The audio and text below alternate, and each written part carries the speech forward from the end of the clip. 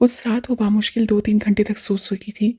फिर फजर की अज़ान से भी पहले तैयार होकर वो डिप्लोमेटिक एन्क्लेव पहुँच गई कि हतीजा की बार-बार कॉल आ रही थी। शुक्र है आप आ गईं। हतीजा उससे बाहर ही मिल गई। उसकी ऐनक के पीछे छुपी आंखें फ़िक्रमंद लग रही थीं। हया सादा शलवार कमीज़ और स्याह जैकेट में मलबूस थी। लंबे खुले बाल कानों के पीछे उड़सते हुए वो हतीजा तक गई। अब किधर जाना है? अंदर। ये शटल ले लेते हैं। ये तुर्किश एम्बेसी तक पहुंचा देगी।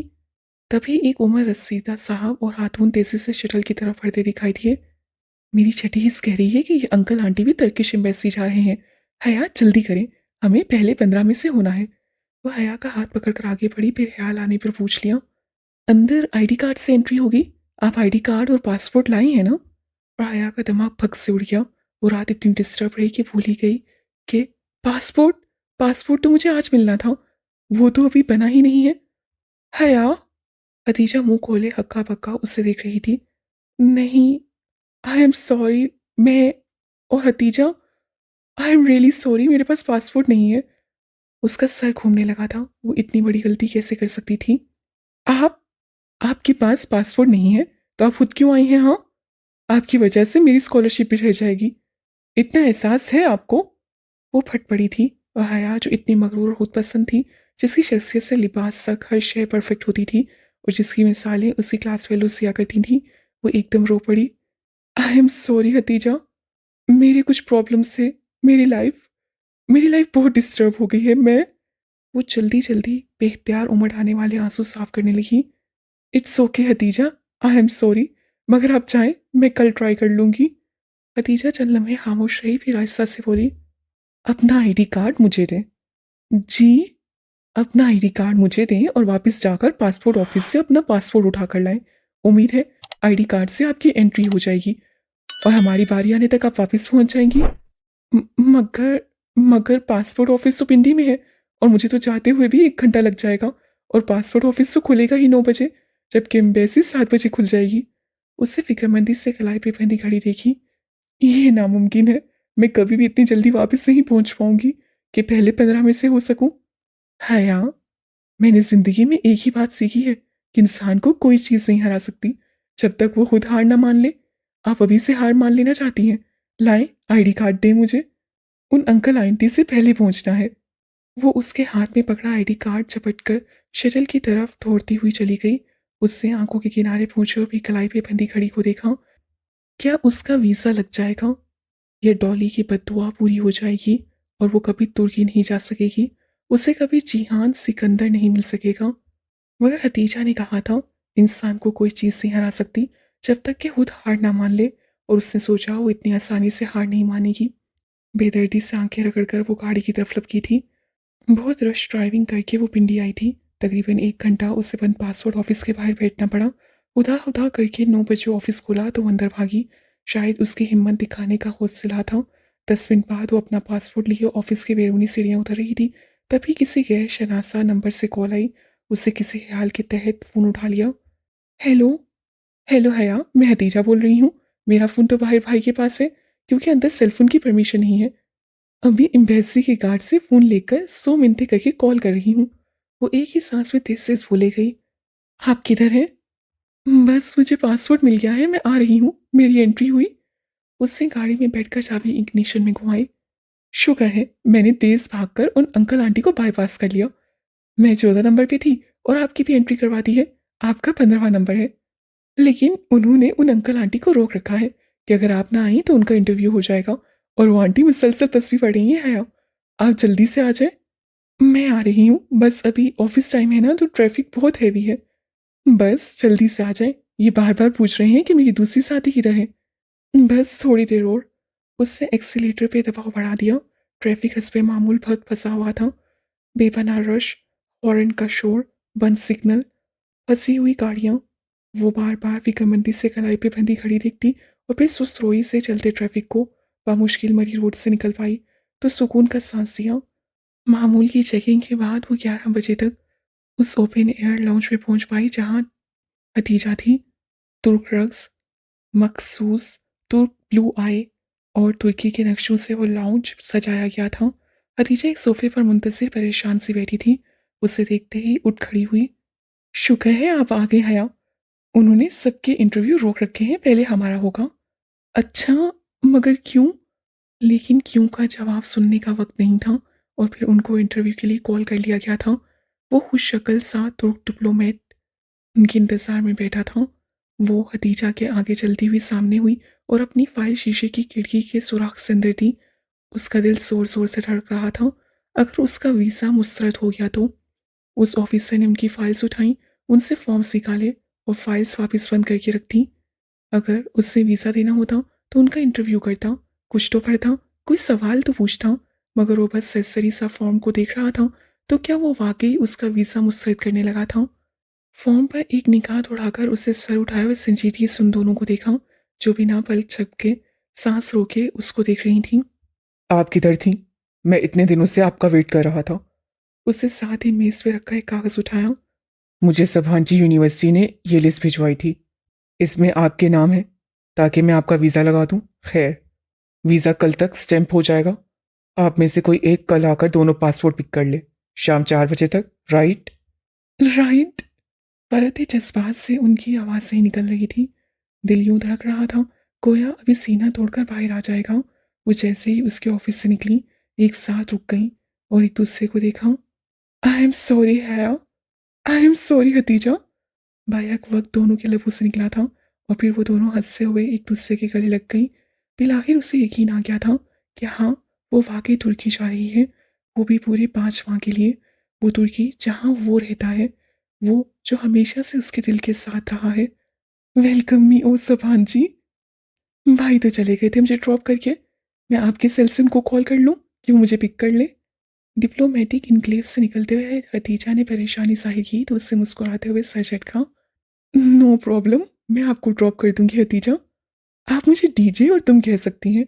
श्योर। उससे पार्किंग में खड़ी कार का लॉक खोला। मुझे जिनास ऊपर जाना था। यूं ना करें कि कुछ शॉपिंग कर ले। आपने कुछ तो लेना होगा हतीजा। उसकी ताकीद के बावजूद वो तकल्लुफ खत्म न कर सकी। स्वेटर्स लेने हैं, वहां बहुत सर्दी होगी। फिर वहीं चलते हैं। साइनो शोर के बामुकाबिल चबूतरा खाली था, मगर दिन के वक्त वो इतना वीरान नहीं लग रहा था जितना पिछली रात लगा था। और वो आवाज़, वो सर झटक कर आगे बढ़ गई। और निडल इम्प्रेशन पे सेल लगी है, आए कुछ देख लेते हैं। वो काफ़ी दिनों से सोच रही थी कि यहाँ से कोई अच्छी शर्ट पीस ले आए और आज तो सेल भी लगी थी। वो और हदीजा आगे पीछे शीशे का दरवाज़ा धकेल कर अंदर दाखिल हुई। शॉप के अंदर वही मखसूस माहौल था, हीटर की गर्मी और बाहर की हुनकी का मिला जुला तासुर।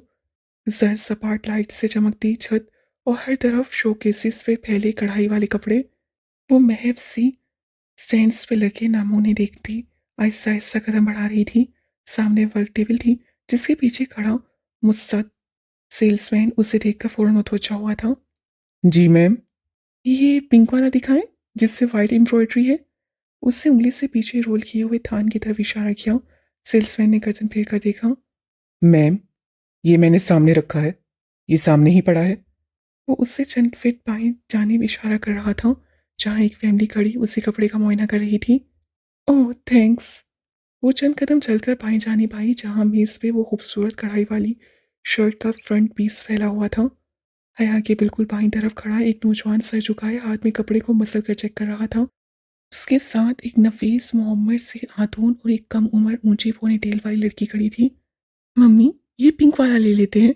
सानिया भाभी का कॉम्प्लेक्शन फेयर है, ये उन पे सूट करेगा। क्यों भाई? वो अब नौजवान से राय मांग रही थी। हया ना चाहते हुए भी उनकी तरफ मुतवज्जा हो गई। उससे बस यही जल्दी थी कि कब वो शख्स उस कपड़े को छोड़े और वो उसे देख पाए। इस वक्त भी गुलाबी शर्ट का कपड़ा उस शख्स के हाथ में था। उसने उस हाथ में यूं पकड़ रखा था कि उसकी हथेली वाली तरफ ऊपर थी। हया उसके हाथ में पकड़े कपड़े को देख रही थी। जब दफातन उसकी निगाहें कपड़े से उस शख्स की कलाई पे फिसलती गई, वो बुरी तरह चौंकी। उसकी कलाई पे कांटे का सुर्ख गुलाबी सा निशान था, जैसे जला हो या कोई बर्थ मार्क।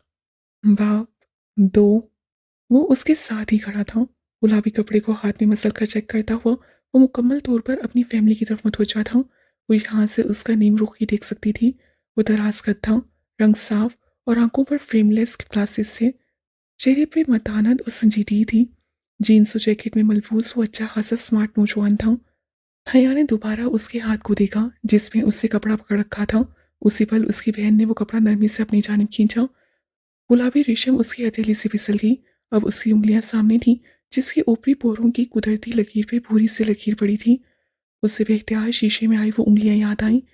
बहुत एहतियात से उससे इधर उधर देखा। हतीजा कदरे फासले पर खड़ी डमी का लिबास सीख रही थी।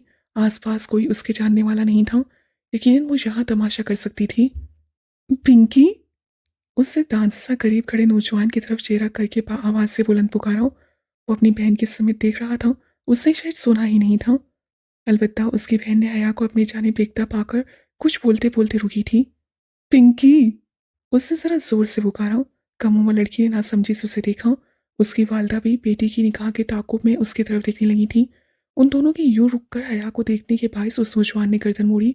हया ने देखा, उसका चेहरा झुलसा हुआ था। झुलसे का निशान बहुत गहरा ना था, बस इतना कि आधा चेहरा साफ गंदमी रंग का लगता तो दूसरा हिस्सा गहरा सांवला। पिंकी, डॉली कहाँ है? वो सीने पे बाजू लपेटे पड़े तीखे अंदाज से बोली, और चूंकि वो उस नौजवान की आंखों में देखकर बोली थी तो वो जरा उलझ सा गया। सॉरी, मैंने पूछा है डॉली कहाँ है? कौन? मैं समझा नहीं। वो धीमे मगर उलझे हुए लहजे में बोला, अगर आपके दिमाग पे चोट आने की वजह से आपकी याददाश्त खो गई है तो बेफिक्र रहिए, मैं आपको याद करा देती हूँ। डॉली, आपका वो ख्वाजा सिरा दोस्त जिसके साथ मिलकर आप रोज ख्वाजा सिरा बने सड़क पर भीख मांग रहे थे। पिंकी नाम बताया था ना आपने अपना? नहीं। उसकी पेशानी शिकन रुदा हो गई। आंखों में गुस्सा धर आया। ताहम वो जरा बर्दाश्त करके बोला, मैडम, आपको कोई गलत फहमी हो गई है। मैं आपको जानता तक नहीं हूँ। मगर मैं आपको अच्छे से जानती हूँ। ये आपकी उंगलियों पर निशान मेरी गाड़ी की खिड़की के शीशे में पस्से के बायस से आए थे। मुझे याद है मिस्टर। आप कौन हैं और प्रॉब्लम क्या है आपको? वो लड़की मजीद बर्दाश्त नहीं कर सकी थी। मैं वो हूँ जिससे आपके इन भाई साहब को ख्वाजा सिरा बने देखा था। इट्स एनफ, उस नौजवान ने गुस्से से खड़का। मैं शराफत से आपकी बकवास सुन रहा हूं तो आप बेलगाम होती जा रही हैं। इससे आगे अगर आपने कोई फजूल कोई की तो अच्छा नहीं होगा। इतनी ही शराफत है आप में तो ख्वाजा सिरा क्यों बने हुए थे? किसी ने उसके हक में कहा तो वो चौंकी। हतीजा बहुत एतमाद से कहती उसके बराबर आन खड़ी हुई थी। हया को एकदम ही जैसे धाड़ सी मिली। आपका दिमाग खराब है? अपनी बहन को समझाएं। मेरे भाई से तारुफ का अच्छा बहाना ढूंढा है इन्होंने। लड़की भड़क कर बोली। शॉप में बहुत से लोग सब कुछ छोड़कर उनको देख रहे थे। तारुफ, माय फुट, जवाबन हतीजा भी ऊंची आवाज से बोली।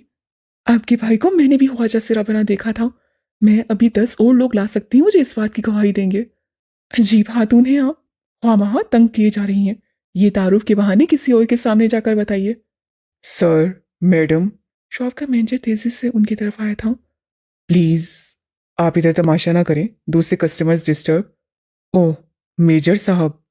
अब उसने उस नौजवान का चेहरा देखा तो शनासाई भरी हैरत से बोला, बहुत माजरत सर, आप मोहतरमा। वो हया की तरफ मुड़ा। आप प्लीज शोर ना करें।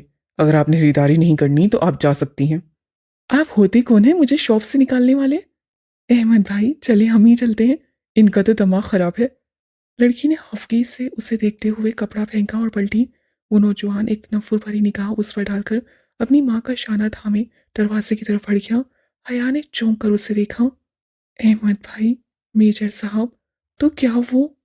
तौबा है इन आजकल की लड़कियों की। वालदा साहिबा मसलसल नापसंदीदगी से बड़बड़ाती निकल गई। वो लब पीछे खड़ी उन्हें जाते देखे गई। उसे उस आदमी के मेजर अहमद होने में कोई शुबा नहीं रह गया था। है यहाँ, इससे पहले कि ये मैनेजर हमें धक्के देकर निकाले, हम भी किसक लेते हैं। डीजे ने उसके करीब सरगोशी की तो वो चौंकी, फिर सर झटक कर आगे बढ़ गई। बाहर खुली फिजा में आकर उससे बेख्तियार कहा था, थैंक यू डीजे। और ये वो पहली दफा था जब उससे हदीजा को उसके मारूफ नाम से पुकारा था। डीजे बेसाख्ता हंसी। मुझे पता था आप झूठ नहीं बोलती। आपने वाकई वही देखा होगा जो कह रही थी। मगर डीजे, मैंने वाकई से ख्वाजा सिरा बने देखा था। हया, आपने उसे बस ख्वाजा सिरा बने देखा था ना? हो सकता है वो सिर्फ एडवेंचर के लिए ऐसा बना हो। पता नहीं। उसे बेसारी से शाने उचकाए। चलो चलते हैं। वो आगे बढ़ गई। उसका दिल हर शय से उचाट हो गया था। 28 जनवरी को उसे एहतियात एयरलाइंस का टिकट ईमेल कर दिया गया, जिसका उसको प्रिंट आउट निकलवाना था। फिर उसी टिकट पर उसे 5 फरवरी की सुबह इस्तांबुल के लिए रवाना होना था। शाम में वो इरम से उसका ईवो मांगने ताया फुरकान के घर आई थी। उसका नेट काम नहीं कर रहा था और अप्पा भी ऑफिस से नहीं आए थे। वरना उनका इस्तेमाल कर लेती। हदीजा का पैगाम आया था कि सभांची यूनिवर्सिटी ने हॉस्टल का इलेक्ट्रिक फॉर्म पूर्ण करने के लिए भेजा है, सो वो ईमेल चेक कर ले। ताया फुरकान लॉन में बैठे अखबार पढ़ रहे थे। उसे आधा देखकर मुस्कुराए। आ गई ताया की याद। उन्होंने सफ़ा पलटते हुए नरमी से पूछा। जी। वो बज़ाहिर मुस्कुराते हुए उनके पास चली आई, वरना उस रोज़ की साइमा ताई की बातें अभी तक नश्तर की तरह चुभती थीं। फ्लाइट कब है? वो अखबार पे निगाहें मरकूज किए पूछ रहे थे। 5 फरवरी को। हम्म। अपना ख्याल रखना। वैसे बेटियों को तनहा इतना दूर भेजना नहीं चाहिए। सुलेमान का हौसला है भाई। खैर, तुम तुर्की में अपने लिबास और इकदार का ख्याल रखना। सर से दुपट्टा ना उतारना, जैसे इरम नहीं उतारती। आखिरी फिक्रा कहते हुए उनके लहजे में फ़ख्र धर आया था। हया के हलक तक कड़वाहट खुल गई। जी बेहतर, मैं ज़रा इरम से मिल लूँ। वो जान छुड़ाकर अंदर आ गई। काश वो ताया फुरकान को बता सकती कि मगरबी लिबास जो वो यहाँ उनकी वजह से नहीं पहनती, वहाँ ज़रूर पहनेगी। उसने बहुत से टॉप्स और जीन्स खरीद कर अपने सामान में रख लिए थे। और रही सर ढकने की बात, तो वो खैर से सब हांची में सख्ती से हराम था। शुक्र इरम कमरे में नहीं थी। बाथरूम का दरवाज़ा बंद था और अंदर से पानी गिरने की आवाज़ आ रही थी। वो बेदिली से उसके बेड पे बैठ गई। इरम शॉवर लेने में बहुत देर लगाती थी, सो मजबूरन उसे इंतज़ार करना था। दफातन सेलफोन की घंटी बजी। हया चौंकी। इरम का सेलफोन उसके साथ ही तकिए पर रखा था। उससे गर्दन झुकाकर देखा। सेलफोन की रोशन स्क्रीन पर एक नया पैगाम चमका रहा था। साथ ही भेजने वाले का नाम लिखा आ रहा था, हया सुलेमान। वो बेयकीनी से फ़ोन की स्क्रीन को देखी गई। क्या किसी ने इरम को उसके नंबर से पैगाम भेजा था, या इरम ने किसी का नंबर उसके नाम के साथ महफूज कर रखा था? हया ने मुख्तात निगाहों से बाथरूम के बंद दरवाजे को देखा और फ़ोन पे एक दो बटन दबाए। पैगाम लम्हे भर बाद खुल गया। मैं कॉल कर लूँ? सुबह से बात नहीं हुई। अब मज़ीद इंतज़ार नहीं कर सकता। ये दिल इतना मजबूत नहीं है जान। रिप्लाई। उससे जल्दी से पैगाम मिटाया और सेलफोन वापस तकिए पर उल्टा करके रख दिया। एक लम्हे में उसे सब समझ में आ गया था। इरम ताया फुरकान की स्कार्फ वाली बेटी, सर ढकने वाली बेटी, एक अदद बॉयफ्रेंड की मालिक थी, जिसे लोगों से छुपाने के लिए उससे हया सुलेमान का नाम दे रखा था। तभी वो उस रिश्ते पे खुश नहीं थी। हया को याद आया। वो मस्जिद बैठे बिना वहां से निकल आई। ईवो उसने ताया फुरकान से मांग लिया, मगर जाते जाते एक तंज और इस्तेसा भरी मुस्कुराहट के साथ उनको जरूर देखा था। काश वो इरम के हिजाब का पोल खोल सकती तो ताया की शक्ल देखने वाली होती। हिजाब ओढ़ना या निकाब करना किरदार की पुख्तगी की इलामत नहीं होती, उसने बेख्तियार सोचा था। और तब वो ऐसा ही सोचती थी। सब हांची यूनिवर्सिटी ने उसे उसके हॉस्टल के मुतल्लिक तरजीहात जानने के लिए एक सवालनामा भेजा था। लैपटॉप गोद में रखे वो बेड पे नींदराज दिलचस्पी से सवालात पढ़ती, सिर्फ अपना मूड बेहतर करने के लिए मज़ाक़ा खेज़ जवाब भेजने लगी। क्या आप अपने किसी हमवतन एक्सचेंज स्टूडेंट के साथ कमरा शेयर करना चाहेंगी? बिल्कुल भी नहीं। उसकी उंगलियां तेजी से लैपटॉप की कुंजियों पे हरकत कर रही थी। क्या आप स्मोकिंग करती हैं? बिल्कुल करती हूँ। ड्रिंक करती हैं? वो भी करती हूँ। आप किस किस्म की तबीयत की मालिक हैं? सख्त झगड़ालू और खूंखार। वो मुस्कुराहट दबाए जवाब लिख रही थी। जब सफ़ा ख़त्म हुआ तो उससे नेक्स्ट को दबाया। सोच रही थी कि अगले सफ़े के जवाबात पुर करके फॉर्म को मनसूख कर देगी। उस फॉर्म को जमा करवाने का उसका कतन कोई इरादा ना था, मगर जब नेक्स्ट दबाने पे अगले सफ़े की बजाय फॉर्म फिल करने का शुक्रिया, हम आपका डोम अलॉट करते वक्त आपकी दी गई तरजीहात का ख्याल रखेंगे, लिखा आया तो उसकी मुस्कुराहट गायब हो गई। लानत हो तुम सब पर। वो झुंझलाकर उठी और लैपटॉप एक तरफ रखा। फॉर्म सभांजी को पहुंचा चुका था और उसका पहला ही तासुर कितना बुरा पड़ा होगा वो जानती थी। उसकी पैकिंग अभी नामुकम्मल थी। उससे एक निगाह खोले सूटकेस से बिक्री अशिया पर डाली, फिर कुछ सोच कर बाहर आई। लाउंज खाली था। हया ने टेलीफोन स्टैंड पे रखी डायरी उठाई और सफ़े पलटने लगी। एस के सफ़े पे 4 सतूर में सबीन पुप्पो के घर का पता और एक फ़ोन नंबर लिखा था। उसे वह सफ़ा फाड़ा और तह करके मुट्ठी में दबा लिया। एक दफ़ा जिहान सिकंदर उसे मिल जाए, फिर वो उन बीते माहो साल का हिसाब ज़रूर लेगी। वो वापस बेड पर आकर बैठी और सामने लैपटॉप पे खुले पड़े मेल बॉक्स को देखा। वहाँ अब एक नए ईमेल का निशान जगमगा रहा था, national response centre for cyber crime. उससे कदरे उलझकर उस मेल को देखा और खोला। भला अब साइबर क्राइम सेल वाले उससे क्यों रब्ता कर रहे थे? सफ़ा खुल गया और वो जैसे जैसे पढ़ती गई उसकी आंखें हैर से फैलती गई। ये ईमेल साइबर क्राइम सेल से हया कि उस मेल के जवाब में आई थी जो चंद रोज कबल उससे बात हो रही शिकायत भेजी थी और जिसमें उससे वीडियो का जिक्र किया था। अब उसके जवाब में हेल्प डेस्क ऑफिसर ने उसको एक बाकायदा कंप्लीट फॉर्म भेजा था जिसको भरने के साथ साथ उसे अपना फ़ोन नंबर, घर का पता, शनाख्ती कार्ड नंबर वगैरह लिखकर भेजने थे। ये फॉर्म एफआईआर के मुताबिक था, सो तमाम तफसीलात ज़रूरी थी। वो शक तक उस फॉर्म को देखी गई।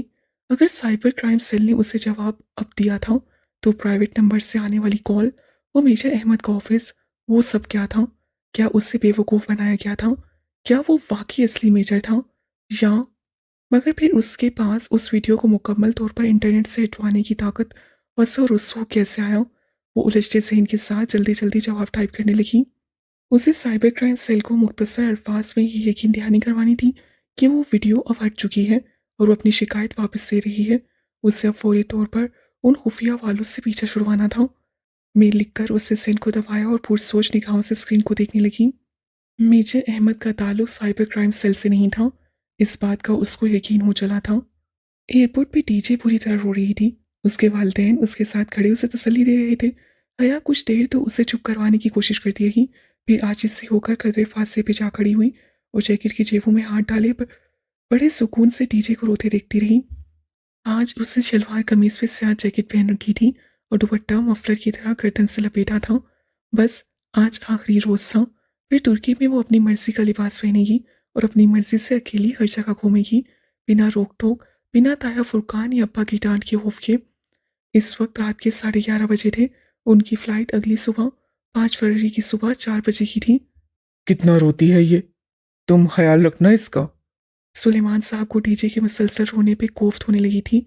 जब तक वो वापस हुए, डीजे रोए जा रही थी।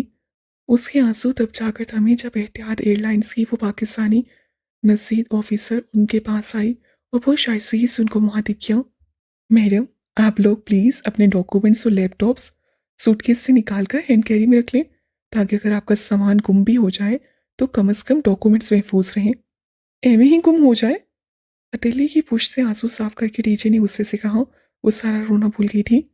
हमने हैंड कैरी में इतना बोझ नहीं उठाना। मैम, यही बेहतर है, क्योंकि बाज़ औक़ात सामान गुम भी हो जाया करते हैं। कहीं ये ना हो कि बाद ऐसा आप किसी मसले से दो चार हो। वो उस सुर्ख एयरलाइन में काम करने वाली एक पाकिस्तानी लड़की थी और उनकी पहली बैनुल-अक़वामी फ़्लाइट लेने के पेश नज़र कह रही थी। वो हया मान भी जाती, मगर टीचर अड़ गई। हरगिज़ नहीं, हमने इतना भारी हैंड कैरी नहीं उठाना। प्लेन में आपको नहीं उठाना पड़ेगा। ऑफिसर की शाइस्तगी भरमी में बदलने लगी। प्लेन में जाने तक तो उठाना पड़ेगा। तो फिर तुर्की में आप पर अल्लाह ही रहम करे। वो पैर पटकती चली गई तो डीजे ने अपनी मुतवर्रम आंखों और फाताना मुस्कुराहट के साथ हया को देखा और उंगली से ऐनक पीछे की। इंसान को कोई चीज़ नहीं हरा सकती जब तक वो खुद हार ना मान ले। हया बेख्तियार हंसी। उसे डीजे अच्छी लगी थी। फ्लाइट में उन दोनों को नशिश से एक ही कितार में मिली। दरमियानी रास्ते के दाईं तरफ जुड़ी थी नशिस्तों में से खिड़की के साथ वाली हया को मिली और रास्ते वाली नशिस्त डीजे को। दरमियानी नशिस्त खाली थी। क्या मज़ा ही आ जाए हया, अगर इस सीट पे कोई हैंडसम और चार्मिंग सा लड़का आकर। डीजे के अल्फाज अधूरे ही रह गए। एक भारी भरकम से पाकिस्तानी साहब जो अपने टू पीस में बेहद फंसे फंसे से लग रहे थे, इत्मीनान से चलते हुए आए और ठप से उन दोनों के दरमियान में बैठ गए। हया जरा सा गहरा आरामदेह महसूस करके मजीद खिड़की की तरफ खिसक गई और हदीजा मुखालिफ समेत मुझे उस्मान शब्बीर कहते हैं, शेख उस्मान शब्बीर। अपनी भारी आवाज़ से खुशदिली से गोया हुए। नाइस। हया बज़ाहिर अपने छोटे से गोल्डन क्लच को खोलकर कुछ तलाश करने लगी। ये वही क्लच था जो दावर भाई की मेहंदी पे उसने गोल्डन लहंगे के साथ लिया था। गुड। डीजे ने मैगजीन उठाकर चेहरे के सामने फैला लिया। मैं तुर्की से आया हूँ, दरअसल वहीं रिहाइश पजीर हूँ। मेरी बीवी और बेटा भी वहीं रहते हैं। हया मजीद अपने पर्स पे झुक गई और डीजे ने मैगजीन चेहरे के इतना करीब कर लिया कि उसकी नाक सफ़ात को छूने लगी। मगर वो मेरा बेटा नहीं है। जानती हो वो किसका बेटा है? मजीद नज़रअंदाज करना बेकार था। हया ने रुख उस्मान शबीर की जानिब मोड़ा और डीजे ने बेसारी से मैगजीन नीचे कर लिया। आप बताएं, किसका बेटा है वो? उस्मान शबीर को शायद सदियों से किसी सामे की तलाश थी। वो अपनी दास्तान हयात फौरन ही शुरू कर बैठे। डीजे मुसलसल चवाइयाँ रोक रही थी। वह हया शदीद मतली महसूस कर रही थी। वो कल सुबह की जागी हुई थी और अब उसके सुबह के 4:30 बज रहे थे। ऊपर से जहाज का सफ़र उससे डीजे के सामने जाहिर नहीं किया था कि वो पहली बार जहाज में बैठ रही है। आखिर डीजे क्या सोचती कि कैसी लड़की है, कभी हवाई सफ़र ही नहीं किया। अब क्या बताती कि कभी कोई ऐसी सूरत ही नहीं बन सकी। इस सब पे मुस्तसाद उन साहब की अलमनाक दास्तान, जो मुख्तसर कुछ ऐसे थी कि वो और उनकी बेगम अरसा 30 साल से तुर्की में रिहाइश पजीर थे। चूंकि औलाद नहीं थी, इससे उन्होंने उस्मान साहब के कज़न का बेटा गोद लिया था। वो बेटा बेचा लाड प्यार से हादसा बिगड़ चुका था। सो इस सूरत हाल को संवारने के लिए उन्हें कच्चे कुओं में रिहाइश पजीर अपनी भांजी से उसका रिश्ता तय कर दिया था, जिससे 8वीं फेल भांजी साहिबा बहुत खुश और बेटा बहुत नाराज था। और उसके पेशतर कि वो अपनी पाकिस्तान आमद की वजह बयान करते मेन्यू कार्ड्स आ गए। वो दोनों फिर से तासदम हो गई। मेन्यू पे कुछ नाम जाने पहचाने और कुछ उर्दू से मिलते जुलते थे। जीरा आलू विद कटलेट्स, पनीर जलफरेसी, सादा पराठा, तीखी बिरयानी वगैरह। हया ने डीजे की तरफ सवालिया निगाहों से देखा। दरम्यान में मौजूद भारी भरकम दीवार के बाइस वो आगे होकर बैठी थी। कुछ समझ नहीं आ रहा था कि क्या मंगवाएं। टर्किश फूड बहुत ज़बरदस्त होता है और तुर्क के लोग खाने के बहुत शौकीन होते हैं। मैं बताता हूँ क्या मंगवाओ। दोनों ने एक दूसरे को देखा और मुतसस्सिब सी हया ने हथियार डाल दिए। बहुत बेहतर, बताइए। वो गहरी सांस लेकर पीछे होकर बैठ गई। पहले तो सयाडेट सलमाक मंगवाते हैं। ये रवायती तुर्क चावल है, सफ़ेद मछली, फ्राइड प्याज और काजू के साथ, मशरूम एंड चीज़ ऑमलेट, जीरा आलू। वो बहुत एतमाद से ऑर्डर लिखवाते गए, मगर जब खाना आया तो हया का दिल खराब होने लगा। खाने की खुशबू सूंघकर ही उसका जी मतलाने लगा। उस्मान शबीर बड़े बड़े लुकमे लेते मज़े से खाना खा रहे थे।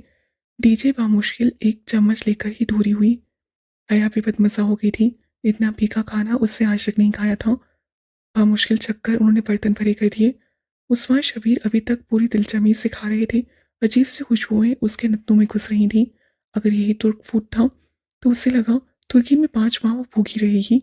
ऐसा जी तो उसका डेवो बस में भी नहीं मतलाता था जैसे इधर हो रहा था। वो चेहरे पे दुपट्टा रखकर सो गई। इस्लामाबाद से पूरे 2.5 घंटे बाद उन्हें अबू सैबी एयरपोर्ट पर उतरना था। वहाँ कुछ देर का कयाम था, फिर इस्तंबुल।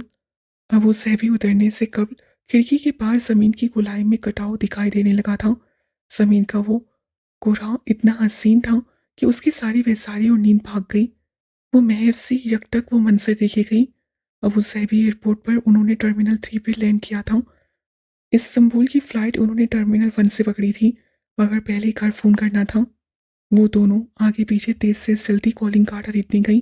5 यूरोस का इत्सलात का कार्ड खरीदा और फ़ोन बूथ की तरफ भागी। कितार में फ़ोन बूथ लगे थे। हया ने एक एक करके पहले तीनों पे कार्ड्स लगाने की कोशिश की, मगर कार्ड था कि टलने का नाम ना ले। उसे एयरपोर्ट पे फ़ोन बूथ इस्तेमाल करने का पहला तजुर्बा था। कुछ समझ नहीं आ रहा था कि क्या करे। हया, उस बंदे को देखो, जैसे ये कार्ड डाल रहा है वैसे ही डालो। डीजे ने उसे कोनी मारी तो हया ने पलट कर देखा। चौथे बूथ पे एक शख्स उसकी तरफ पुश किए अपना कार्ड डाल रहा था। हया को दिखाई नहीं दे रहा था कि वो कौन सा तरीका इस्तेमाल कर रहा है। सो वो डीजे का हाथ थामे उसके सर पे जा पहुंची। वो रिसीवर कान से लगाए नंबर मिला रहा था। प्लीज ये कार्ड डाल दे, मैं इसे डाल नहीं पा रही। हया ने कार्ड उसकी तरफ बढ़ाया। वो चौंक कर पलटा। वो स्याह रंगत, घुंघराले बालों और ऊंचे कद का नस्लन हबशी था। उससे एक हाथ से कार्ड लेते हुए उन दोनों लड़कियों पर निगाह डाली। एक स्याह लंबे बालों और बड़ी आंखों वाली खूबसूरत सी लड़की, जो जैकेट की जेबों में हाथ डाले खड़ी थी। दूसरी बड़े चश्मे और ढीली पोनी वाली लड़की, जिसे स्वेटर तय करके बाजू पे डाल रखा था। दोनों मुत्तसिर सी उसे देख रही थी। अच्छा, मैं ज़रा बात कर लूँ फिर। उसे शायद कान से लगे रिसीवर में कोई आवाज़ सुनाई दी थी, तभी रुख मोड़ गया। वो दोनों उसी तरह खड़ी उसे देखती रहीं। उनसे वो अंग्रेजी में मुखातिब हुआ था, मगर अब फ़ोन पे अरबी में बात कर रहा था। डीजे तो बोर होकर इधर उधर देखने लगी, मगर शरिया एंड लॉ के 5 वर्षों ने हया को अरबी अच्छी तरह से सिखा दी थी।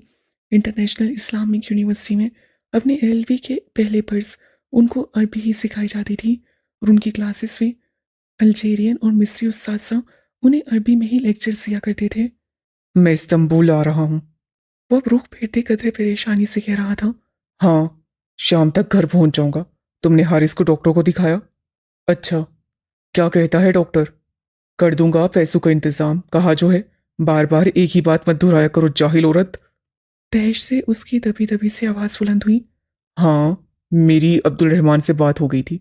उसी के काम के लिए ख्वार हो रहा हूँ, मगर वो ज़्यादा रकम नहीं देगा। एक जगह और भी बात की है। उससे रुककर कुछ सुना और फिर मजीद झुंझलाहट से बोला। अच्छा, फ़ोन रख रहा हूँ, मरहबा। उससे खटाक से फोन रखा और उनकी तरफ पलटा। Sorry girls. वह मुश्किल चेहरे पर बशाशत लाते हुए वो अब उनका कार्ड लगाने लगा। पहली कोशिश कामयाब हो गई। वो शायद कार्ड को उल्टा पकड़ रही थी। लीजिए। स्याह फॉर्म ने रिसीवर उसकी तरफ बढ़ाया, फिर उनसे हटकर दूर चला गया। बस एक एक मिनट की कॉल करेंगे। हया ने नंबर मिलाते हुए टीजे को तंबी की। सुलेमान साहब ने पहले ही घंटे पे फोन उठा लिया। वो चुप हुई कि नहीं?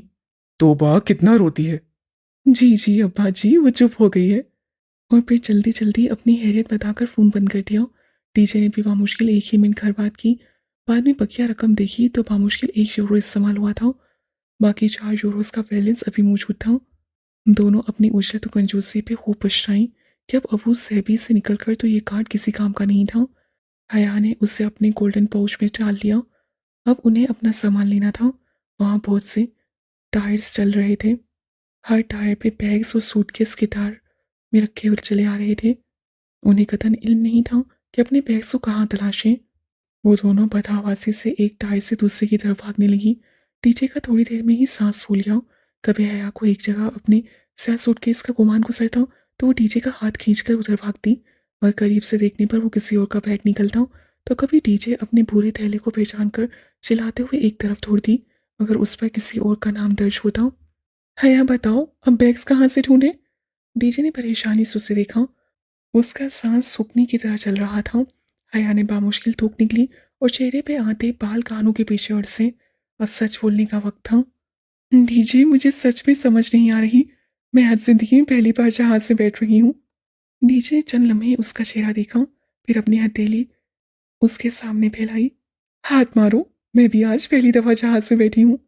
हया ने जोर से उसके हाथ पे अपना हाथ मारा और दोनों हंस पड़ी।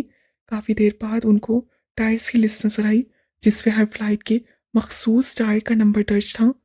फ्रिज देख कर 2 मिनट में ही अपना मतलूबा टायर मिल गया।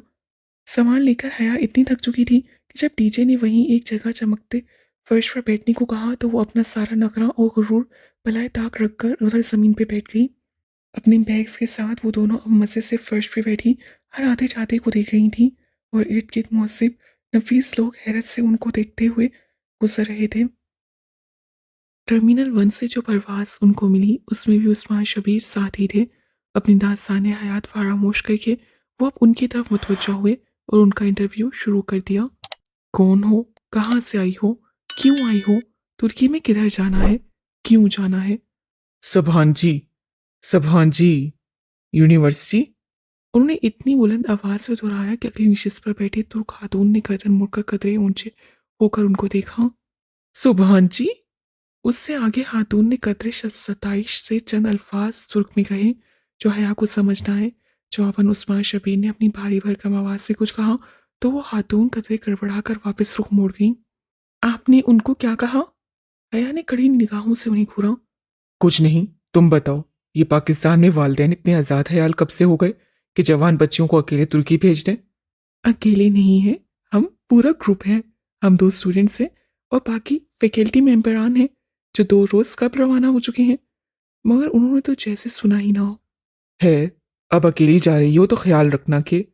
और फिर उनका वस्फ शुरू हो गया। नमाज पढ़ा करो, कुरान पढ़ा करो, पर्दा किया करो, सच बोला करो, अल्लाह से डरो। गर्ज हर वो बात जो अपने बेटे की तरबियत के वक्त उन्हें भूल गई थी अब अचानक याद आ गई। हया ने कतरे चुंचला कर रुख फेर लिया। दोपहर 2 बजे खिड़की के उस पार नीचे, बहुत नीचे, वो पुरफुसू मंजर फैलने लगा।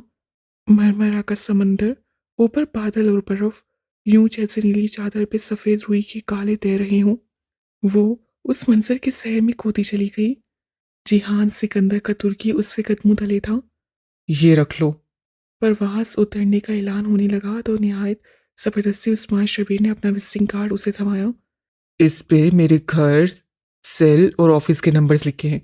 कभी कभार मैं घर पे नहीं होता और कभी कभार मेरा सेल भी ऑफ होता है, मगर ऑफिस के नंबर पे मैं हमेशा मिलता हूँ। मेरी सेक्रेटरी की फजूलियात से बचने के लिए डायरेक्ट मेरी प्राइवेट एक्सटेंशन डायल करना। वो है 14, यानी 14, क्योंकि मेरी और पाकिस्तान की तारीख पैदाइश 14 अगस्त है। रख लो, जरूरत पड़ सकती है। उस्मान शबीर से मुश्किल जान छूट रही थी। उनको कभी कॉल करना या दोबारा मुलाकात का तस्वुर ही हया के लिए सुहानी रूह था। फिर भी उसके इसरार पर उससे अपने सुनहरी पोश में वो कार्ड बगैर देखे रख लिया। अतातुर्क इंटरनेशनल एयरपोर्ट इस्तांबुल की यूरोपी तरफ वाक़या था।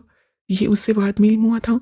अलबत्ता जो बात हमेशा से मालूम थी वो ये थी कि इस्तांबुल दुनिया का वो वाहिद शहर था जो दो हिस्सों को वहाँ मिलाता है, यूरोप और एशिया। इस्तांबुल के दो हिस्से थे, एक यूरोपी तरफ कहलाता था और दूसरा एशियाई तरफ या अनातोलियन तरफ। अनातोलियन तरफ को उर्फ़ आम में पुराना शहर भी कहा जाता था। वो दोनों जब अपने सामान की ट्रॉलियां धकेलते आगे आईं तो रोमी फोरम के अरकान उनको मिल गए जो उन्हें लेने आए हुए थे। रोमी फोरम एक तुर्क एनजीओ थी जो बिलखसूस 16 स्टूडेंट्स का बहुत ख्याल रखती थी। वो दो लड़के थे, अहमद और चुगताई। चुगताई नाम तो हमारे यहाँ भी होता है ना, जैसे मसूर अब्दुल रहमान चुगताई, है ना हया? डीजे ने सरगोशी की थी। अस्सलाम वालेकुम। वो बहुत गर्मजोशी और एहतराम से मिले। चुगताई ने उनसे बैग्स ले लिए। आइए, बाहर गाड़ी इंतजार कर रही है। चुगताई ब्रदर्स प्लीज पानी पिला दें, बहुत प्यास लगी है। हया की तरह डीजे भी प्यास से बेहाल थी। चुगताई ने सरसपात में हिलाया और अहमद के साथ सामान उठाने लगा। फिर वो दोनों उनके आगे चलते हुए बाहर की तरफ बढ़े। बेहद मेहमान नवाज कौम के उस सबूत ने उनको पानी क्यों नहीं पिलवाया, ये मोमो वो सारी जिंदगी हल नहीं कर सकी। कोई इम्कान ये था कि चुगताई की अंग्रेजी कमजोर थी जिसके बायस वो उनका मुद्दा समझ नहीं पाया था। बाहर निकलने से कबल उन्होंने अपनी रकम तुर्क लेरा और यूरोज से तब्दील करवा ली थी। एक लेरा पाकिस्तानी 55 रुपए का था और एक यूरो 150 रुपए का। 150, 125, 55, 125। टीचर सिरिल अब करेंसी की मालियत का हिसाब लगाती और उनकी कीमत याद करती बाहर आई थी। एयरपोर्ट का दरवाज़ा खुलते ही सर्दी की ऐसी यकवस्सा हड्डियों में घुसी खून मुंजमद करती लहर ने उनका इस्तकबाल किया कि चंद लम्हों में हया के होंठ नीले पड़ने लगे। यहाँ मरी और यूबिया की सरतरीन हवा से भी कई गुना सर्द हवा चल रही थी। हया ने बेख्तियार बाजू सीने पे लपेट लिए। वो ठरठराने लगी थी। उनका सामान हासा वसी और बेतहाशा था। दोनों लड़के सुरमई रंग की हाईएस में बैग्स रखते रखते हाँफ गए थे। आप वाकई सिर्फ 5 माह के लिए आई हैं? चुगताई ने सादगी से पूछा तो अहमद ने उससे घूर कर मौसूद बदल दिया। हमारी रवायत है कि जो भी अतातुर्क एयरपोर्ट से इस्तांबुल आता है, हम उसे सबसे पहले सुल्तान अबू अयूब रजी अल्लाह ताला अन्हा के मज़ार पर ले जाते हैं। इससे उसका तुर्की में कयाम अच्छा गुजरता है। अहमद कहकर बैग गाड़ी में रखने लगा तो डीजे ने सरगोशी की। मगर हया, ये तो तोहम परस्ती और शिर्क। उसे जोर से गोली मारकर डीजे को खामोश करवाया, फिर अंदर बैठते हुए दबी आवाज में गुरखा। मेहमानों से इस सर्दी में बहस की तो वो तुम्हें यहीं छोड़कर चले जाएंगे पागल। सुबह तक मुंजमद होकर पड़ी होगी और आइंदा तुर्की आने वाले सबसे पहले तुम्हारे मुंजमद मुजस्मे की ज़ियारत किया करेंगे। अहमद को टूटी फूटी अंग्रेजी आती थी, सो वो सारा रास्ता गिरदोपेश के मुतालिक बताता रहा। हया को उस सफरनामे से दिलचस्पी ना थी, सो रुख फेरे खिड़की के बाहर देखी गई। वो जो अमरीकी फिल्मों वाली बुलंद उबाला इमारतों की आस लगाई बैठी थी, कदरे मायूस हुई, क्योंकि इस्तांबुल शुरू में तो यूं लगा जैसे इस्लामाबाद हो, मगर आहिस्ता आहिस्ता गौर करने पे महसूस हुआ कि नहीं, वो वाकई यूरोप था। दुकानों के चमकते शीशे, साफ सड़कें, मगरबी लिबास में फिरते लोग, दुकानों की छतों और दरख्तों के ऊपर बड़ी बर्फ और सड़क किनारे बिछी बर्फ की तहें, गोया सफ़ेद घास हो। अजीब बात यह थी कि इस कोहर और सर्दी में भी तुर्क लड़कियां बड़े मज़े से मिनी स्कर्ट से मलबूस इधर उधर घूम रही थीं। खुदा करे आज रात बर्फ ना पड़े। अहमद ने तायद की। हया और डीजे ने एक दूसरे को देखा और फिर डीजे आहिस्ता से उर्दू में बड़बड़ाई। एहमे ना पड़े, खुद तो बर्फबारी देख देख कर उकता चुके हैं, हमें तो देखने दे। अल्लाह करे रात बर्फ जरूर पड़े, आमीन सुम आमीन। और हया ने दिल में उसकी तायद की। विंडो स्क्रीन के उस पार यूरोपियन शहर का एहतमाम दिखाई दे रहा था। आगे नीला समंदर बह रहा था और उसकी दूसरी तरफ इस्तांबुल का एशियाई हिस्सा आबाद था। दोनों हिस्सों को एक अजीम आलिशान पुल ने जोड़ रखा था। दो हितों का मिलाप, दो तहजीबों का संगम। मरमरा के समंदर का जो हिस्सा इस्तांबुल के दरमियान से गुजरता है उसे बास्फरस का समंदर कहा जाता है। इस पुल का नाम भी बास्फरस ब्रिज है। अहमद बताने लगा। मगर हम तो मज़ार पे जा रहे थे जो कि यूरोपियन हिस्से में ही है, फिर पुल अबूर करने का मकसद? करीब आते पुल को देखकर हया ने हैरत से पूछा, क्योंकि पुल के उस तरफ अनातोलियन शहर था। हमने पुल अबूर नहीं करना, उसके करीब से किसी को उठाना है। हम दोनों यहाँ से चले जाएंगे। आगे मज़ार तक आपको उसी ने लेकर जाना है। चुगताई ने गाड़ी एक तरफ रोक दी। अहमद अब लॉक खोलकर बाहर निकल रहा था। हया ने उस खूबसूरत ऊंचे पुल को देखा और सोचा कि कितने बरस वो उसी पुल पर से गुजरा होगा। कितनी ही दफा उसे फास्फोरस के नीले पानियों पे चांद की परियों का रक्स देखा होगा। जब वो उससे मिलेगी तो क्या उसकी आंखों में इस्तांबुल की सफेद घास से बर्फ जमी होगी या मरमरा के पानियों का जोश होगा, और क्या वो कभी उससे मिल पाएगी। इस ख्याल पे उसका दिल जैसे मरमरा के समंदर में डूबकर किसी लूटी पुटी कश्ती की तरह होले से उभरा था। खिड़की के उस पार से एक दराज कर लड़की कार की तरफ चली आ रही थी। चेहरे के गिर्द स्कार्फ लपेटे, ब्लू जीन्स के ऊपर घुटनों तक आता सफेद कोट पहने, वो कोट की जेबों में हाथ डाले सिर झुकाए चलती आ रही थी। उसकी रंगत इस्तांबुल के सूरज की तरह सुनहरी और आंखें भोजल बादलों की मानिंद सुरमाई थीं। वो लड़की उन दोनों तुर्क लड़कियों के पास पहुंची और मुस्कुराते हुए चुगताई के हाथ से जा मिली। रहमत पीछे खड़ी हाईएस की जानिब इशारा करके कुछ कहने लगा। वो लड़की अपनी नरम मुस्कुराहट के साथ सर हिलाती सुनती गई। फिर वो दोनों चले गए और लड़की कार की तरफ आई। दरवाज़ा खोला और ड्राइविंग सीट पे बैठकर गर्दन पीछे घुमाई। सलाम अलैकुम, और तुर्की में खुश आमदीद। उसके अंग्रेजी शस्ता और अंदाज बेहद नर्म था। हया ने महसूस किया कि तुर्क अस्सलाम वालेकुम के बजाय सलाम अलैकुम कहते हैं। वालेकुम सलाम। हया ने उसका बड़ा हाथ थामा तो उसे लगा उससे इतना नरम हाथ कभी नहीं छुआ। वो हाथ गोया मक्खन का टुकड़ा था। मेरा नाम हाले नूर है। मेरा ताल्लुक रोमी फोरम से है।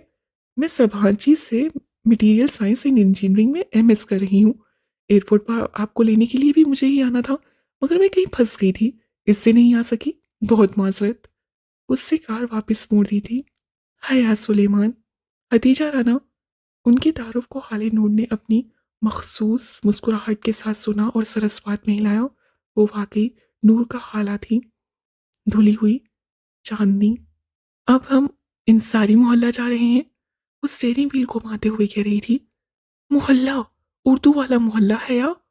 डीजे ने धीरे से सरगोशी की। शायद तभी तो कहते हैं कि उर्दू तुर्क से निकली है। तुमने मैट्रिक में उर्दू जुबान के मजमून में इस फिक्रे का रट्टा नहीं लगाया था कि लफ्ज उर्दू तुर्क जुबान से निकला है, जिसके मानी लश्कर के हैं। डीजे ने चेक कर फिक्रा मुकम्मल किया। अयूब सुल्तान जामिया। अयूब सुल्तान जामा के बैरूनी बाजार का नाम है इंसारी मोहल्ला था। बेहद रश, बहुत से लोग और हर सो उड़ते चुगते कबूतर वो तीनों लोगों के दरमियान बामुश्किल रास्ता बनाती मस्जिद के हाथे तक पहुंची थी। नमाज से फारिग होकर हया ने देखा वहाँ जामा का नाम अयूब सुल्तान कैमी लिखा था।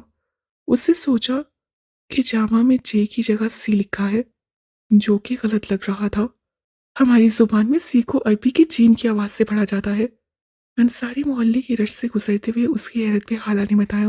वो मुस्कुराते हुए बड़े इत्मीनान से अपने सफ़ेद कोट की जेबों में हाथ डाले चल रही थी। उसकी बात पे हया बेख्तियार चौंकी। हैरान क्यों हो? हाले ने रुककर शॉपर से अपने जूते निकालते हुए उसे देखा। वहाँ मस्जिद में दाखिले के वक्त जूते बाहर रखने की बजाय शॉपर में रखने और साथ शॉपर हमा वक्त उठाए रखने का रवाज था। शानी, अगर किसी का नाम जिहान हो तो तुर्क हिज्जों में उसे कैसे लिखेगा? बिला इरादा उसके लहू से निकला। फिर फौरन गड़बड़ा कर डीजे को देखा। उस तरफ फांसे पर कबूतरों की तस्वीर खींच रही थी। उससे नहीं सुना था। हाले शॉपर डस्टबिन में फेंक कर सीधी हुई और मुस्कुराकर हिज्जे करके बताया। CIHAN। ओ। उससे हफियफ सा सर झटका। तभी वो उसे फेसबुक पे नहीं मिला था। वो उसको जिहान लिखकर ढूंढ रही थी, मगर वो तो अपने नाम को जिहान लिखता होगा। गली साफ सुथरी और कुशादा थी। दोनों अतराफ में दुकानों के दरवाजे खुले थे। आगे कुर्सियां मेज बिछी थी। इर्द गिर्द बहुत से स्टॉल लगे थे। सड़क के किनारों पे खुले आम कुत्ते टहल रहे थे, मगर वो भौंकते नहीं थे। हया को भूख लग रही थी और वो अब उस सफरनामे से बोर होने लगी थी। बामुश्किल वो तीनों उस रश भरे मोहल्ले से निकली। एक्सचेंज स्टूडेंट्स को उनका पहला खाना एक तुर्क मेजबान खानदान दिया करता है, और अभी हम उसी मेजबान खानदान के घर जा रहे हैं। जब वो कार में बासपोरस के पुल पर से गुजर रही थी तो हाले ने बताया। खाने का सुनकर उस पे छाई बेजारियत जरा कम हुई। मेजबान खानदान का घर इस्तांबुल के एक पोश इलाके में वाक़या था। कुशादा सड़क, खूबसूरत बंगलों की कतार और बंगलों के सामने सबसे वे जमी बर्फ। उनके स्कॉलरशिप कोऑर्डिनेटर ने चंद बातें उन्हें जेनरेशन करवा दी थी कि तुर्की में जूते घर से बाहर उतारने हैं, घास पे नहीं चलना और मुलाकात के वक्त तुर्क खानदान के बड़े का हाथ चूमना है। इसकी जरूरत नहीं थी, इस तकल्लुफ को रहने दो। उन दोनों ने घर के दखली दरवाजे के बाहर पीछे मैट पे जूते उतारे तो अंदर से आती वो मुशफ़िक और मोमर खातून प्यार भरी अवखी से बोली थी, पहले दिन कोई असूल नहीं होते, अस्सलाम वालेकुम और तुर्की में खुश आमदीद। आपके असूलों की पासदारी में हमारे लिए फ़ख्र है। हया ने मुस्कुराते हुए उनका हाथ थामा और सर झुकाकर उनके हाथ की पूंछ को लबों से लगाया। मोमर खातून मिसेस अब्दुल्ला का चेहरा खुशी से दमक उठा। अंदर आ जाओ। वो रास्ता देने के लिए एक तरफ हटी। उनकी सुर्ख बालों वाली बेटी आगे बढ़ी और कारपेट शूज हया और डीजे के कदमों में रखे। वो रेशमी कपड़े से बने कोट शूज की शक्ल के जूते थे। दोनों ने झुककर वो जूते पहने और अंदर दाखिल हुई। उस सुर्ख घर का फर्श लकड़ी का बना था। लिविंग रूम के फर्श पे बहुत खूबसूरत कालीन बिछे थे। वो बाथरूम हाथ धोने आई तो देखा वहां अलग से टूटी वगैरह नहीं थी, बल्कि एक तरफ गिटार में नल लगे थे। अलबत्ता बाथरूम के फर्श पर भी रक्स, पायदान और काउच बिछे थे। हैरत अंगेज। वो वापिस आई तो डाइनिंग हॉल में खाना लगाया जा रहा था। डीजे झुककर प्यार से मिसेस अब्दुल्ला की 6 साल नवासी उर्वा से कुछ कह रही थी। वो तीनों खातन पर मुश्तमिल छोटा सा कुंबा था और चूंकि वो दोनों लड़कियां थीं, सो हाले ने ऐसे तुर्क खानदान का चुनाव किया था जिसमें कोई मर्द ना हो। उसी पल मिसेस अब्दुल्ला सूप का बड़ा सा प्याला उठाए आई। हाले उनकी मुस्तैदी से मदद करवा रही थी। क्या तुम कह रही थी तुम्हारा यहाँ कोई रिश्तेदार भी है? उन्होंने सूप का डोंगा मेज पर रखा। हया ने एक नजर उस मलखूबे को देखा। जी, मेरी फुप्पो हैं इधर। वो सूप को 10 सीधा निगाहों से देखते हुए बोली, किधर रहती हैं? इधर। उससे पर्स से वो मुड़ा तुड़ा कागज निकाल कर हाले को थमाया। हाले ने एक नजर उस कागज को देखा, फिर अस्वाद में सहेला दिया। कल मैं मिलवा दूंगी तुम्हें उनसे, खाना शुरू करो। उससे कागज वापस हया की जानी बढ़ा दिया। डीजे, हम वाकई तुर्की में भूखे मरेंगे। इस मलगूबे की शक्ल तो देखो, मुझे तो फिर से मतली हो रही है। आया जबरन मुस्कुराते हुए होले से उर्दू में बोली। मिसेस अब्दुल्ला ने नासमझी से उसे देखा। ये कह रही है कि इन खवातीन का हलूस उसे शर्मिंदा कर रहा है। टीचर ने जल्दी से तर्जुमानी करते हुए मेज के नीचे से उसका पहुंच जोर से कुचला। ओह शुक्रिया। मिसेस अब्दुल्ला मुस्कुराकर खाना शुरू करने लगी। सूप दरअसल सुर्ख मसूर की दाल का शोरबा था और उर्दू जैसे तुर्क में उसे चोरबा कहते थे। वो जायके में शक्ल से भरकर बदमजा था। चंद लम्हों बाद ही दोनों पाकिस्तानी एक्सचेंज स्टूडेंट्स के बर्दाश्त जवाब देने लगी। यार मुझे उल्टी आने वाली है और मैं मरने के करीब हूँ। वो दिक्कत मुस्कुराहट चेहरों पर सजाए चमचा भर रही थीं। दूर खवातीन बहुत मरगूबियत से सूप पी रही थीं। चोरबा खत्म हुआ तो खाना आ गया। वो उससे भी बढ़कर बदमजा एक चावलों का पिलाव था। पाकिस्तान में पुलाव के पे के ऊपर पेश के साथ बोला जाता है, मगर यहाँ इस पे के तले जेर के साथ बोला जाता है। पिलाव शक्ल में उबले चावलों से मुख्तलिफ ना था। 7 चने का सालन और मुर्गी की ग्रेवी थी जो कि मंचूरियन की तरह दिखती थी। वो 1.5 दिन की भूखी थी और ऊपर से बदमजा खाने मजीद हालत खराब कर रहे थे। वही दूर खवातीन ही खा रही थी। पिलाव का प्याला भी खत्म हो चुका था और हम पाकिस्तानी मेज़बानों के बरक्स उसे दोबारा भरने के लिए थोड़ी नहीं थी। वजह उनकी हलूस की कमी ना थी, बल्कि शायद यही उनका तरीका था कि प्याला एक ही दफ़ा भर कर रखा जाता था। खदीजा, तुम्हारी दोस्त मुझे कुछ परेशान सी लग रही है। हैरियत? मिसेस अब्दुल्ला ने पूछ ही लिया। डीजे ने गड़बड़ाकर उसे देखा। सब खाने से हाथ रोककर उसे देखने लगे थे। हया ने मेज सले आहिस्ता से अपना पाँव डीजे के पाँव पर रखा। फैमिली फ्रेंड की हुमा, कोई माकूल वजह बताओ इनको। नहीं, वो दरअसल हया हया बहुत डरपोक है। उसे स्ट्रीट क्राइम से बहुत डर लगता है और ये पहली दफ़ा अकेली यूरोप आई है तो ये पूछ रही है कि कहीं इस्तांबुल में हमारा ऑर्गेनाइज क्रिमिनल से तो वास्ता नहीं पड़ेगा। हया हफ्फत से सर झुकाए लब काटती रही। वो हाली हाथ उनके कर आई थी और उन्होंने मेज पर दी थी। फिर भी उनके नखरे ख़त्म नहीं होने को आ रहे थे। उससे बेहद पछतावा हुआ। वो बात संभालने पे डीजे की बेहद ममनून थी। कतन नहीं, इस्तांबुल बहुत महफूज शहर है। सुर्ख बालों वाली लड़की रसान से बोली, यहाँ की पुलिस ऐसे लोगों को खुलेआम नहीं फिरने देती। बिल्कुल, इस्तांबुल में कानून की बहुत पासदारी की जाती है। आले ने तायद की। मिसेस अब्दुल्ला खामोशी से सुनती रहीं। उनके चेहरे पे कुछ ऐसा था कि हया उन्हें देखे गई। जब हाले नूर इस्तांबुल की शान में एक लंबा सा कसीदा पढ़कर फारिग हुई तो मिसेस अब्दुल्ला ने गहरी सांस ली। खुदा करे तुम्हारा वास्ता कभी अब्दुल रहमान पाशा से ना पड़े। हया ने धीरे से कांटा वापस प्लेट में रखा। एकदम पूरे हॉल में इतना सन्नाटा छा गया था। कांटे की कांच से टकराने की आवाज सबने सुनी। कौन पाशा? टीजे ने उलझकर मिसेस अब्दुल्ला को देखा। वो मुंबई का एक स्मगलर है। यूरोप से एशिया असला स्मगल करता है। इस्तांबुल में अगर चिड़िया का बच्चा भी लापता हो जाए तो उसमें पाशा का हाथ होता है। बॉस्फोरस के समंदर में एक जजीरा है, बेवाक अदा। उस जजीरे पे उस माफिया का राज है। और मेरी मॉम को ख्वाब बहुत आते हैं। उनकी बेटी ने हफ्की सुन को देखा। ये लड़कियां समझती हैं मेरी अक्ल मेरा साथ छोड़ने लगी है। बिल्कुल ठीक समझती हैं। रिक्सेंट स्टूडेंट्स, कान खोलकर सुन लो। हाली ने कदर तिल मिलाकर मदाखलत की। इस्तांबुल में ऐसा कोई क्राइम सीन नहीं है। ये सब घरेलू औरतों के अफसाने हैं। यहाँ कोई भारतीय स्मगलर नहीं है। दोनों तुर्क लड़कियां अपनी तही बात खत्म करके अब स्वीट डिश की तरफ मतवजा हो चुकी थीं। हतीजा भी उनकी बातों में मुतमिन होकर शक्कर पारे खाने लगी थी। मगर हया की हालत में वो बहुत मीठे से शक्कर पारे कहीं अटक से गए थे। अब उस सहबी इंटरनेशनल एयरपोर्ट पे उसने उस हबशी के मुंह से पाशा का नाम सुना था। वो निहायत मुस्मल सा अपनी बीवी से अरबी में बात कर रहा था, अपने बेटे के इलाज का जिक्र। मगर हो सकता है वो किसी और पाशा के काम का जिक्र कर रहा हो। और वाकई तुर्क घरेलू औरतों के अफसानों के मरकज पाशा का कोई वजूद न हो।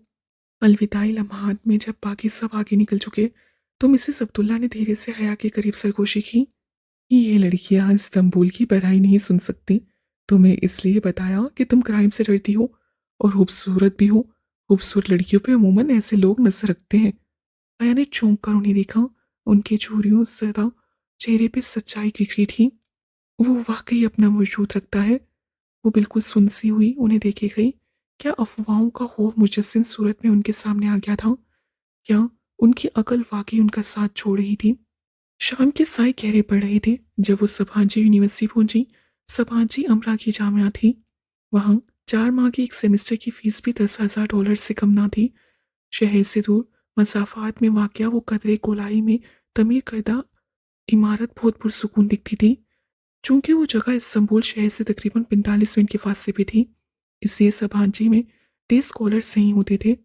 उसके तमाम तलबा और तालबात बाशमूल हाले नूर जैसे लोगों के, जिनके घर इस्तांबुल में ही थे, हॉस्टल में रिहाइश पजीर थे। यूनिवर्सिटी की इमारत से दूर बर्फ से ढके मैदानों में एक जगह थोड़े थोड़े फासले पे ऊंची ऊंची इमारतें खड़ी थीं।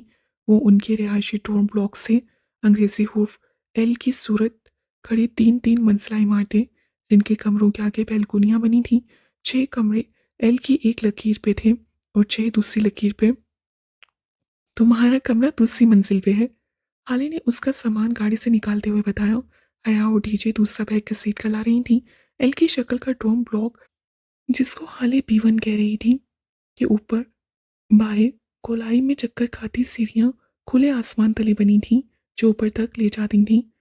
लोहे की उन सीढ़ियों के हर 2 जीनों के दरमियान हला था और सीनों पे बर्फ की तह जमी थी। जरा सा पाँव फिसले और आपकी टांग उस गैप में नीचे फिसल जाए। वो तीनों गिरती पड़ती बामुश्किल हया का सामान ऊपर लाई। कमरा तो अच्छा है, हम यहाँ रहेंगे। हया ने हाले की थमाई चाबी से अपनी डॉर्मेट्री का दरवाजा धकेला तो बेख्तियार लबों से निकला, हम नहीं सिर्फ तुम, क्योंकि हतीजा का ब्लॉक B2 है, वो जो सामने है।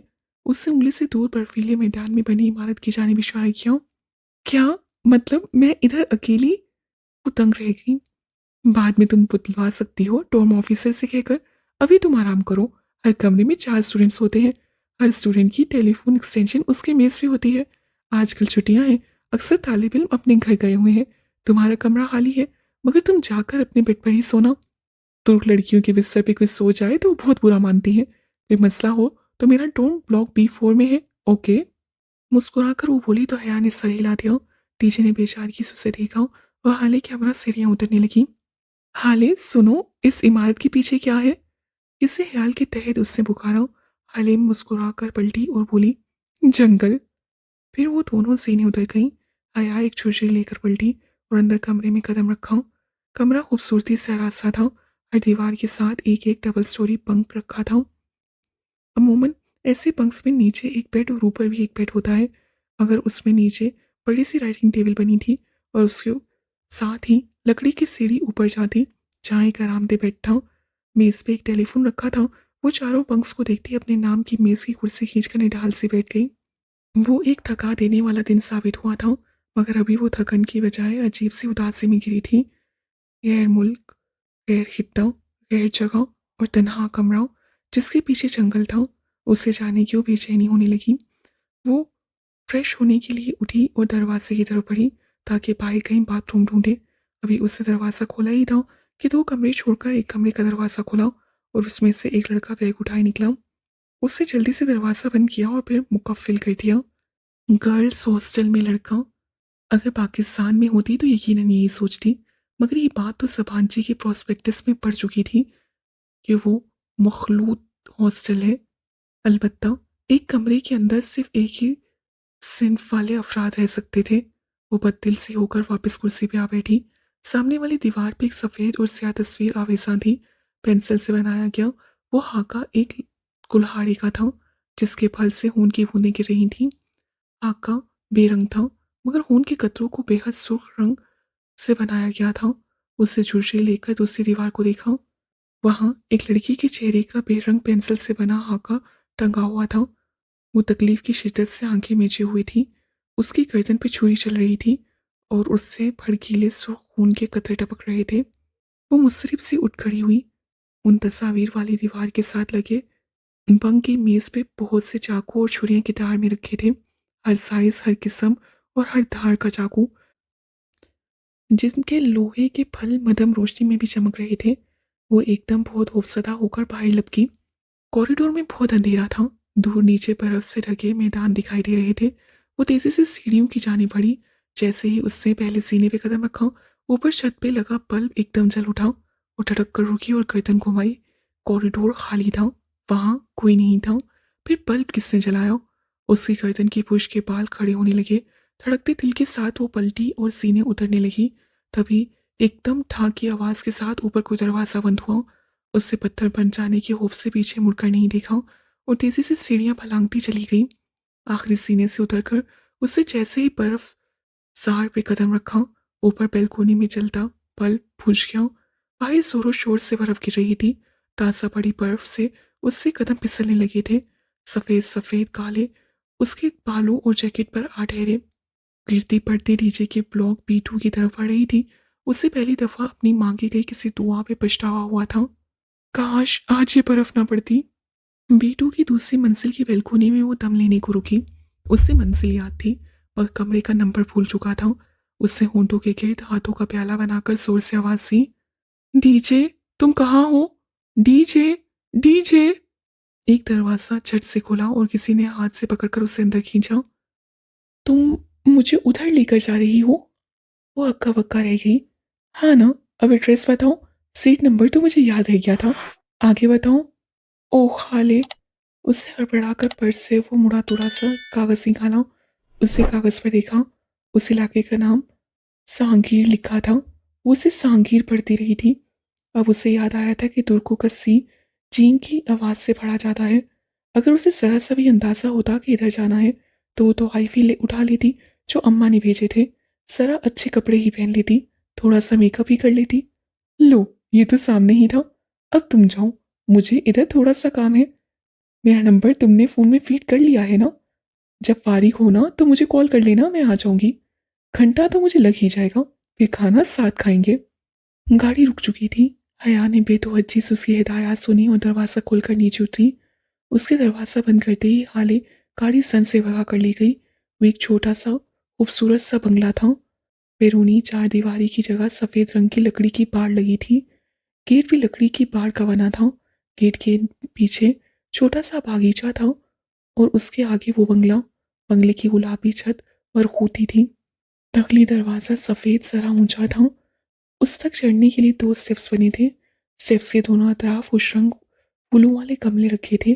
तो ये थी वो छोटी सी जन्नत जिसमें वो रहता था और जिससे बाहर निकलने का उससे कभी नहीं सोचा था। वो गेट को धकेल कर पत्थरों की रोश पे चलती उन स्टेप्स तक आई। ऊंचे सफ़ेद दरवाजे पे सुनहरी रंग की तख्ती लगी थी, सिकंदर शाह। वो तुर्क हिज्जू में लिखा नाम उसके फूफा का ही था। घंटी की तलाश में उससे इधर उधर निगाह दौड़ाई। उस घर में बहुत सी लकड़ी की खिड़कियां बनी थी और शायद कोई खिड़की खुली थी जिससे मुसलसल एक ठक ठक की आवाज आ रही थी, जैसे कोई हथौड़े या कुल्हाड़ी को उस लकड़ी पे जोर से मार रहा हो। उससे कपकपाती उंगली घंटी पे रखी और सुनहरी डोर नॉब के चमकते धात में अपना अक्स देखा। काजल से लबरेज बड़ी बड़ी स्याह आंखें, दोनों शानों पर फिसल कर गिरते लंबे बाल और सर्दी से सुर्ख पड़ती नाक। उस लिबास में चीनी की मूरत लग रही थी, घबराई हुई परेशान सी मूरत। उससे घंटी से उंगली हटाई तो ठक ठक की आवाज बंद हो गई। चंद लम्हे बाद लकड़ी के फर्श पे कदमों की छाप सुनाई दी। कोई अनजान आवाज से बड़बड़ा था। दरवाजा खोलने तक आ रहा था। वो लब काटते हुए किसी मुजरिम की तरह सर झुकाए खड़ी थी। जब दरवाजा खुला, चौखट पे पीछे डोरमेट पे उसे दरवाजा खोलने वाले के नंगे पांव दिखाई दिए। उसकी निगाहें धीरे से ऊपर उठती गईं। ब्लू जीन्स और ऊपर ग्रे स्वेटर में मलबूस वो एक हाथ में हथौड़ी पकड़े खड़ा था। स्वेटर की आस्तीनें उससे कोहनियों तक मोड़ रखी थीं। उसके कसरती बाजू झलक रहे थे। हया ने धीरे से चेहरा उठाकर उसे देखा। उसका सांस लम्हे भर को साकित हुआ था। वो वैसा ही था जैसा अपने बचपन की तस्वीर में लगा करता था। वही पूरे माइल बाल जो बहुत स्टाइलिश अंदाज से माथे पे गिरे थे, पुरकशिश आंखें, उठती हुई मखरूर नाक, सुनहरी रंगत के तीखे नकूश। वो माथे पे देवी लिए आंखें सुखेड़ी उसे देख रहा था। बिलाशुबा वो बहुत हैंडसम था। सन कम सन। उससे तुर्क में कुछ पूछा तो वो चौंकी। सबीन सिकंदर, सबीन सिकंदर का घर यही है? जी, यही है। वो अंग्रेजी में बताकर सवालिया जांचती निगाहों से उसका चेहरा देखने लगा। उससे लगा वो बास्फोरस के पुल पे हथेलियां फैलाई खड़ी है और नीले पानियों को छूकर आती हवा उसके बालों को पीछे को उड़ा रही है। वो किसी गहरे ख्वाब के जेर असर थी, हसीन ख्वाब के। मैं उनकी मेहमान हूँ, पाकिस्तान से आई हूँ। वो अटक अटक कर बोल रही थी। उसके सामने उसकी सारी खुदितमादी हवा हो गई थी। एकदम वो खुद को बहुत कमजोर महसूस करने लगी थी। कैसी मेहमान? उसका अंदाज उखड़ा उखड़ा सा था, जैसे वो किसी जरूरी काम में मसरूफ था जिसमें हया मुगल हुई थी। मैं हया हूँ, हया सुलेमान। उससे उम्मीद भरी निगाहों से उसका चेहरा देखा कि अभी उसका नाम सुनकर उसकी पुरकशिश आंखों में शनासाई की कोई रुमक। कौन है यार सुलेमान? उसके कदमों तले फास्फोरस का पुल शक हुआ था और वो बेदम सी नीचे गहरे नीले पानियों में जा गिरी थी। कौन है या सुलेमान? ये आवाज सुराते हुए वो सुनसी होती उसे तक रही थी। उसकी पलकें झपकना भूल गई थी। उस शख्स के चेहरे पर जमानों की अजनबियत और बेजारी थी। पहचानने या ना पहचानने का तो सवाल ही ना था।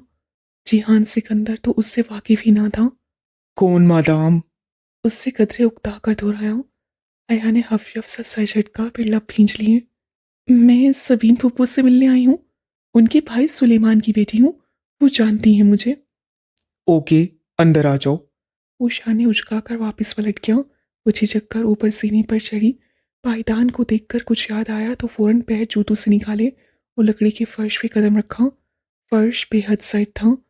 दूर राहदारी के उस पार जहां उसने जिहान को जाते देखा था, वहां से हथौड़ी की ठक ठक फिर से शुरू हो चुकी थी। वो राहदारी अबूर करके किचन के खुले दरवाजे में आ खड़ी हुई। अमरीकी तर्ज का किचन नफासा से आरासा था। एनवस में गोल मेज से गिर 4 कुर्सियों का पूल बना था।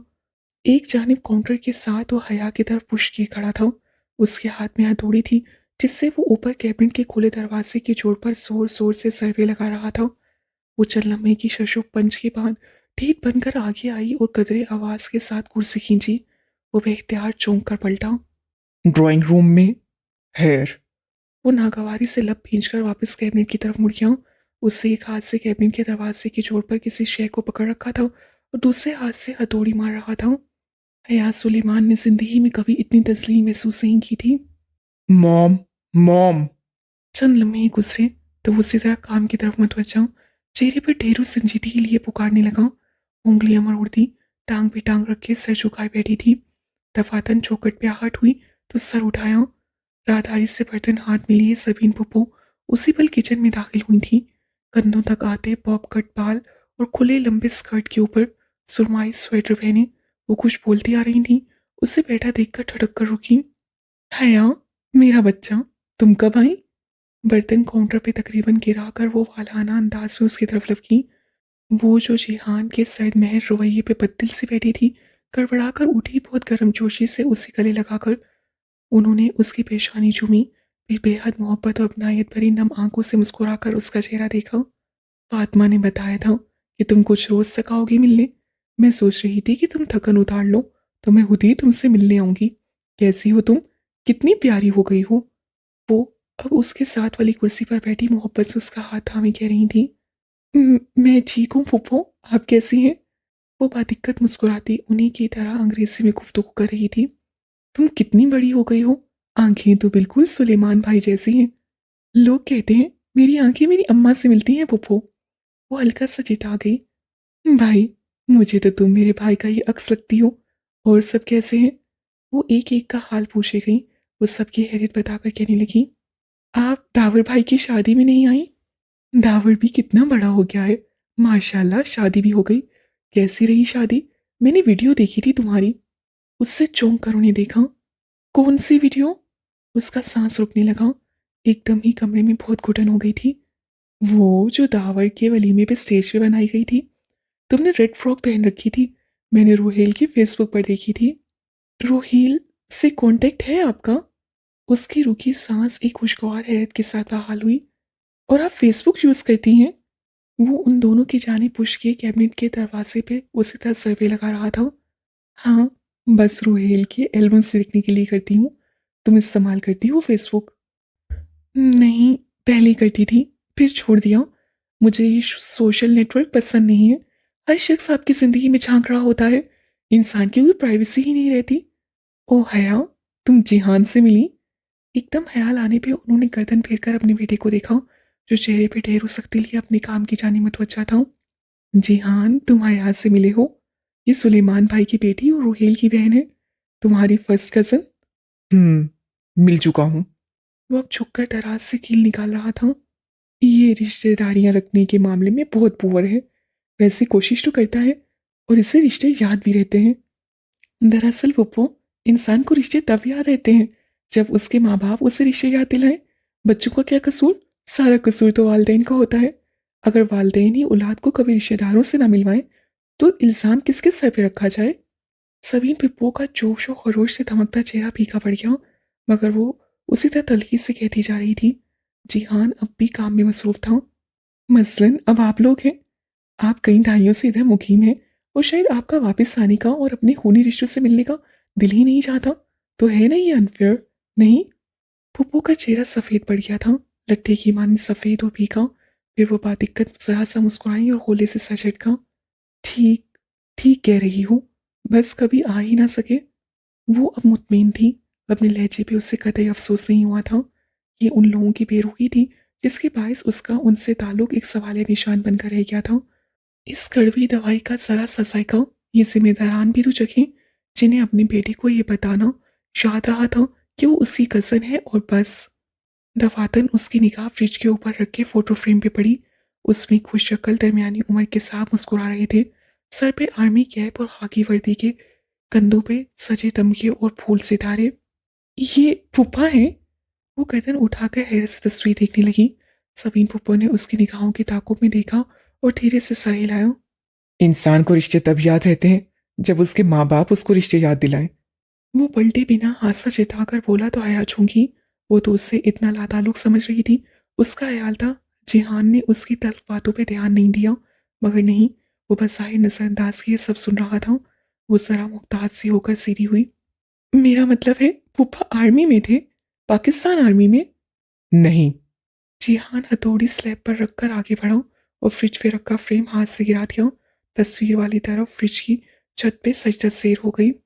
"हया, तुमने खाना तो नहीं खाया ना? मैं बस लगा रही हूँ।" फूफो अब संभल कर दोबारा से हशाश विशाश सी हो गई थी।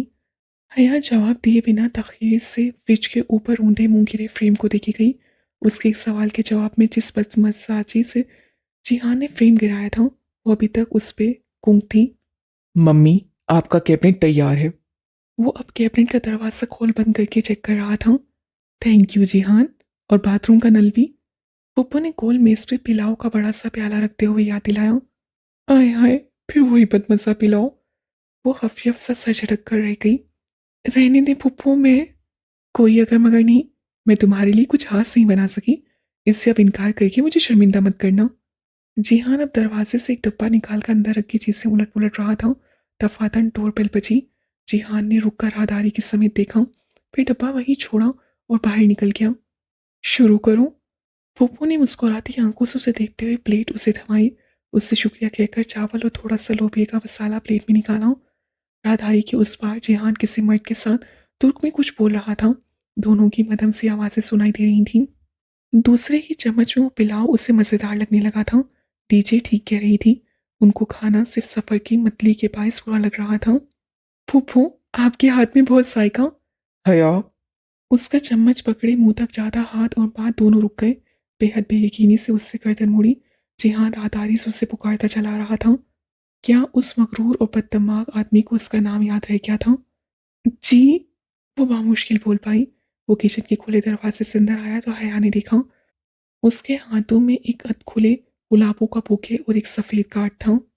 क्या तुम यहाँ रहने आई हो? वो उसके सामने खड़ा सख्ती से पूछने लगा। नहीं। वो सांस रोके उन सफेद गुलाब के फूलों को देख रही थी। ये उसके लिए नहीं हो सकते थे। नहीं, हरगिज नहीं। तो फिर अपने वैलेंटाइन को मेरे घर का पता देने की क्या जरूरत थी? उससे सेहलब तुर्क में किसी गैर मुसब लफ्ज से उस नामालूम शख्स को नवाजा। वो गुलदस्ता और कार्ड उसके सामने मेज पर तकरीबन फेंकने के अंदाज में रखना। नहीं, मैंने नहीं। वो बड़ी बड़ी निगाहों से फूलों के ऊपर गिरे सफेद कार्ड को देखी गई, जिस पे लिखे हुरूफ नमाया थे, फॉर माई लव हया सुलेमान, फ्रॉम योर वैलेंटाइन। और वैलेंटाइन डे में हफ्ता 10 दिन बाकी थे, उसे याद था। ये यहाँ भी पहुंच गया। वो अभी तक बेयकीन थी। जिहान अपना टूल बॉक्स खोले खड़ा चीजें उलट पुलट रहा था। किचन में एक शर्मिंदा सी खामोशी छाई थी। दफातन मेज पर रखा हया का मोबाइल बज उठा। उससे चौंक कर देखा, घर से कॉल आ रही थी। उससे कॉल काटी और उठ खड़ी हुई। हया, बैठो बच्चे। वो ने उसे रोकना चाहा। मेरी मेरी फ्रेंड कॉल कर रही है। वो बाहर आ गई है शायद, चलती हूँ। अल्लाह हाफिज। हालांकि फूफो की शक्ल से जाहिर था कि वो जानती हैं कि फोन उसकी दोस्त का नहीं था, मगर उन्होंने सही ला दिया। कहने को जैसे कुछ बाकी नहीं रहा था। वो कुर्सी धकेल कर तेजी से बाहर निकल गई। मेज पे सफेद गुलाब पड़े रह गए। डोरमेट पर उसके जूते यूं ही पड़े थे। उससे उनमें पाँव डाले तो देखा, एक कागज उस पर गिरा हुआ था। हया झुकी और वो कागज उठाया। वो किसी कॉरियर कंपनी की रसीद थी, गालवन जो शायद जिहान ने दस्तक करके वहीं फेंक दी थी। वो रसीद उलट पुलट कर देखती तेज कदमों से गेट अबूर कर गई। वो फूल आज ही की तारीख में किसी AR ने बुक करवाए थे, ए से अहमद, और आर से। वो धीरे धीरे सड़क किनारे चलने लगी। रसीद अभी तक उसके हाथ में थी। वो घंटा भर पहले तक खुद इस बात से नावाकिफ थी कि वो जहांगीर आ रही है। फिर उस AR को कैसे इल्म हुआ? क्या वो उसका पीछा कर रहा था? क्या उसका ताकुब किया जा रहा था? लेकिन एक पाकिस्तानी ऑफिसर के एक गैर मुल्क में इतने जराए कैसे हो सकते थे? सिर्फ उसे तंग करने के लिए इतनी लंबी चौड़ी मनसूबाबंदी कौन करेगा? वो कॉलोनी के सिरे पे नस बेंच पे बैठ गई। उसकी निगाहें बर्फ से ढकी घास पे जमी थी। उसे हाले के आने तक यहीं बैठना था।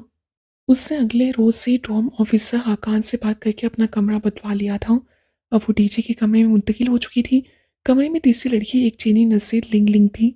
उसका पूरा नाम इतना लंबा और पेचीदा था कि उसने यूरोप के लिए अपना नाम चेरी रख लिया था। वो एक्सचेंज स्टूडेंट थी और PhD कर रही थी। चौथी लड़की एक इसराइली यहूदी टाली थी, वाक्तन टाली के दरख्त की तरह लंबी चौड़ी और घुंघराले वालों वाली। वो भी एक्सचेंज स्टूडेंट थी। और उसके साथ वाले कमरे के फलस्तीनी एक्सचेंज स्टूडेंट्स, वो हैंडसम लड़के जिनका जिक्र डीजे ने पहले रोज किया था, से गाड़ी छनती थी। वो फलस्तीनी लड़की और वो इसराइली लड़की हर जगह साथ नजर आते थे। कैंपस की सीढ़ियाँ हो या हॉस्टल का कॉमन रूम, वो चारों साथ ही होते। इनके पासपोर्ट चेक करवाओ, या तो ये इसराइली नहीं है या वो फलस्तीनी नहीं है। इतना एहतियात और दोस्ती, तोबा है भाई। डीजे जब भी उनको साथ देखकर आती यूं ही कुड़ती रहती। हया ने अभी उन लड़कों को देखा नहीं था, ना ही उसे शौक था। तमाम ममालिक के एक्सचेंज स्टूडेंट्स भीड़ तक पहुंच गए थे। वहां किसी को भी किसी एक्सचेंज स्टूडेंट का नाम मालूम नहीं होता था। बस ये फलस्तीनी है, ये चाइनीज है, ये नॉर्थ एशियंस है, ये डच है, और ये दोनों पाकिस्तानी हैं। उनको 1 से 4 मज़ामीन लेने का इख्तियार था। डीजे ने 2 लिए जबकि हया ने 4 लिए। चौथे माह के एहतताम पे इम्तिहान देने की पाबंदी थी और ये 5 माह लाजमन तुर्की में गुजारने की पाबंदी थी। बाकी चाहे हॉस्टल में रहो, चाहे ना रहो, चाहे सारी रात बाहर गुजारो, कोई पूछने वाला ना था। खूब मज़े थे। सब हांची में क्लास के अंदर लड़कियों के स्कार्फ पे पाबंदी थी। तो ये हाली नूर क्या करती होगी? आया ने टीचर से तब पूछा जब वो तो नमाज के बहाने क्लास में दिखाई जाने वाली तुर्की की तारीफी प्रेजेंटेशन से खिसक कर आ गई थी और अब प्रेयर हॉल में बैठी चिप्स खा रही थी। वो क्लास में स्कार्फ उतार कर ही जाती है। टीचर चिप्स कुतरते हुए बता रही थी। वो दोनों चौकड़ी मारकर कारपेट पे बैठी थी। एक तरफ अलमारी में कुरान और इस्लामी कुतब के नुस्खे सजे थे, दूसरी तरफ बहुत से स्कार्फ और स्कर्ट्स टंगे हुए थे। जीन्स वाली दो लड़कियां स्कर्ट पहनकर नमाज पढ़ लेती और फिर बाद में वो स्कर्ट वहां लटका कर चली जाती। इस संबोल के हर सनाना प्रेयर हॉल में ऐसे स्कार्फ और स्कर्ट्स लटके हुए थे। मजे की है ना ये आले नूर भी। वो उंगली से बाल पीछे करते हुए कह रही थी। उससे भी ब्लू जीन्स के ऊपर गुलाबी स्वेटर पहन रखा था। पाकिस्तान में ताया फुरखान की डांट के डर से वो जीन्स नहीं पहन सकती थी, लेकिन शुक्र कि यहाँ वो लोग नहीं थे और वो जिंदगी को अपनी मर्जी से लुफ्तंदोज होकर गुजार रही थी। परसों तुम अपनी पुप्पो के घर गई थी, कैसा ट्रिप रहा? अच्छा रहा। पुप्पो ने पिलाव बनाया था। वो वाकई इतना बदमजा पकवान नहीं है जितना हम समझते थे। मैं तो पहले ही कह रही थी। जब प्रेयर हॉल में भी खूब बोर हो गई तो बाहर निकल आई। सर्द नीम हवा धीमी ले में बह रही थी। हरी घास पे सभांची की गोल सी इमारत पूरे वकार के साथ खड़ी थी, जैसे एक गोलाई की शक्ल में बने घर को हेड पहना दी जाए। शीशे के ऊंचे दखली दरवाजे के सामने सीढ़ियां बनी थी। सीढ़ियों के दोनों अतराफ सबसा फैला था। वो दोनों फाइलें थामे सीने उतर रही थी जब डीजे ने उसका शाना हिलाया। ये जो आखिरी सीने पे 3 लड़के खड़े हैं, ये वही फलस्तीनी लड़के हैं। देखो, टाली भी इनके साथ है। उससे आवाज से चेहरे पर आधे बाल पीछे हटाए और देखा। वो हैंडसम और खुश शक्ल से लड़के सीढ़ियों के किनारे खड़े बातों में मसरूफ थे। आओ इनसे मिलते हैं। मुझे दिलचस्पी नहीं है, तुम जाओ, मुझे जरा काम है। वो खटखट सीना उतरती आगे बढ़ गई। टीचर ने उससे नहीं पुकारा। वो उन फलस्तीनियों की जानिब चली गई थी और वो यही चाहती थी, टीचर से दोस्ती अपनी जगह, मगर फिलहाल वो खूब आसानी से इस संभूल को खोजना चाहती थी, अकेली और तनहा। तकरीबन घंटे भर बाद वो अपने कमरे से खूब तैयार होकर निकली और पथरीली सड़क पे चलने लगी। उससे ब्लू जीन्स के ऊपर एक तंग स्टाइलिश सा घुटनों तक आता सुर्ख कोट पहन रखा था। शदीद सर्दी के बावजूद नंगे पाँव में 5 इंच ऊंची सुर्ख पेंसिल हील पहनी थी। रेशमी बाल हवा से शानों पे उड़ रहे थे और गहरे काजल के साथ रसभरी की तरह सुर्ख लिपस्टिक। उसे सुर्ख लिपस्टिक हमेशा से पुरकशिश लगती थी और आज उसे मालूम था कि वो बहुत हसीन लग रही है। बस स्टॉप आ चुका था जब बादल जोर से गरजे। ये बस स्टॉप यूनिवर्सिटी के अंदर ही था। सभांची की हीरोइन गोरसिल थी। गोरसिल बस सर्विस वो सभांची के तलबा के लिए ही चलती थी और उन्हें इस्तांबुल शहर तक ले जाती थी। हाले ने उसे गोरसल का शेड्यूल रटवा दिया था। जिस दिन तुम्हारी गोरसल छूटी तुम्हें हाले नूर बहुत याद आएगी, उसे सख्ती से ताकीद करते हुए कहा था। गोरसल अपने मुकर्रर वक्त से एक लम्हा ताखीर नहीं करती थी और अगर आप चंद सेकंड्स भी देर से आए तो गोरसल गई। अब 2 घंटे बैठकर अगली गोरसल का इंतजार करें। जब वो गोरसल में बैठी तो आसमान पे स्याह बादल इकट्ठे हो रहे थे। जब गोरसल ने बास्फोरस का अजीमुल शान पुल पार किया तो मोटी मोटी बूंदें पानी में गिर रही थीं और जब वो टाक्सम स्क्वायर पे उतरी तो इस्तांबुल भीग रहा था। टाक्सम स्क्वायर इस्तांबुल का एक मरकजी चौक था। वहाँ एन वस में अतातुर्क समेत तारीखी शख्सियात के मुजस्मे नस्ब थे। मुजस्मा आज़ादी एक तरफ हरा भरा सा पार्क था और दूसरी तरफ मेट्रो ट्रेन का जेर जमीन स्टेशन। वो बस से उतरी तो बारिश तड़ातड़ बरस रही थी। मोटे मोटे कतरे उस पे गिर रहे थे। उस सीने पे बाजू लपेटी तेज तेज सड़क पार करने लगी। गीली सड़क पे ऊंची हील से चलना दुश्वार हो गया था। चंद ही लम्हों में वो पूरी तरह भीग चुकी थी। जेर जमीन मेट्रो स्टेशन तक जाती वो चौड़ी सीढ़ियां सामने ही थी। वो तकरीबन दौड़कर सीढ़ियों के धाने तक पहुंची ही थी कि चटक की आवाज आई। वो लड़खड़ाई और गिरते गिरते बची। उसकी दाई सैंडल की हील दरमियान से टूट गई थी। टूटा हुआ 2 इंच का टुकड़ा बस अटका हुआ साथ लटक रहा था। उससे हफस से इधर उधर देखा। लोग मसरूफ अंदाज में छतरियां ताने गुजर रहे थे। शुक्र है किसी ने देखा नहीं था। बारिश उसी तरह बरस रही थी। उसके बाल मोटी गीली लट्टू की सूरत चेहरे के अतराफ में चिपक गए थे।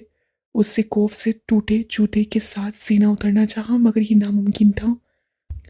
झुंझलाकर वो झुकी, दोनों जूतों के स्ट्रैप्स खोले, पाँव उनमें से निकाले और जूते स्ट्रैप से पकड़कर सीधी हुई। नीचे ट्रेन के पहुंचने का शोर मच गया था। वो भागते हुए नंगे पाँव सीना उतरने लगी। उसके पहलू में गिरे हाथ से लटके दोनों जूते इधर उधर झूल रहे थे।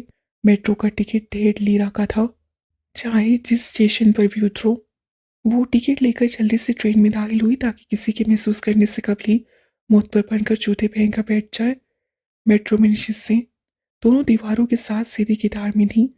खड़े होने वालों के लिए ऊपर रॉड से हैंडल लटक रहा था। वो एक हैंडल को पकड़े भीड़ में से रास्ता बनाने लगी। उसकी नजर कोने की एक खाली नशिस्त पर थी, मगर आगे चलते शख्स ने गोया रास्ता रोक रखा था। जब तक वो कोने वाली नशिस्त पे बैठा नहीं, वो आगे नहीं बढ़ सकी। फिर उसके बैठते ही धम से उसके बराबर की जगह पे आ बैठी। वो स्याह सूट में मलबूस शख्स जनासा सा लगा। लम्हे भर को उसका सांस रुक सा गया। वो जिहान सिकंदर था, बहुत कीमती और नफीस स्याह सूट में मलबूस, जल से बाल पीछे किए। वो चेहरे पे ढेरों संजीदगी लिए अखबार खोल रहा था। ब्रीफ केस उसने कदमों में रख दिया था। वो मुतखैर सी बैठी सामने देखी गई। कन अखियों से उसे वो चेहरे के सामने अखबार फैलाए नजर आ रहा था। सामने वाली कितार और उनकी कितार के दरमियान जगह ऊपर लगी हैंडल पकड़कर खड़े लोगों से भरने लगी थी। वो इस इत्तेफाक से इतनी शशर बैठी थी कि हाथ से लटकते जूते ही भूल गई।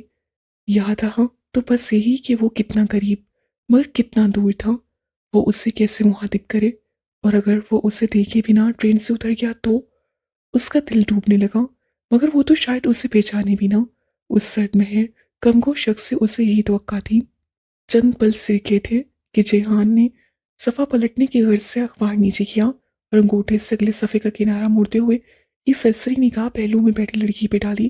फिर सफ़ा पलटकर अखबार की जानिब मुतवज्जा हो गया, लेकिन अगले ही पल वो जैसे रुका और गर्दन मोड़कर दोबारा उसे देखा। उसकी भीगी मोटी लटें रुखसारों से चिपक गई थीं। पानी के कतरे थोड़ी से नीचे गर्दन पे गिर रहे थे। वो उसके मुतवज्जा होने पे भी सांस रोक के सामने देखी गई। ओह, हया। वो हैरत भरी आवाज जैसे कहीं दूर से आई थी। हया ने धीरे से पलकें उसकी जानिब उठाई। काजल की लकीर मिटकर नीचे बह गई थी।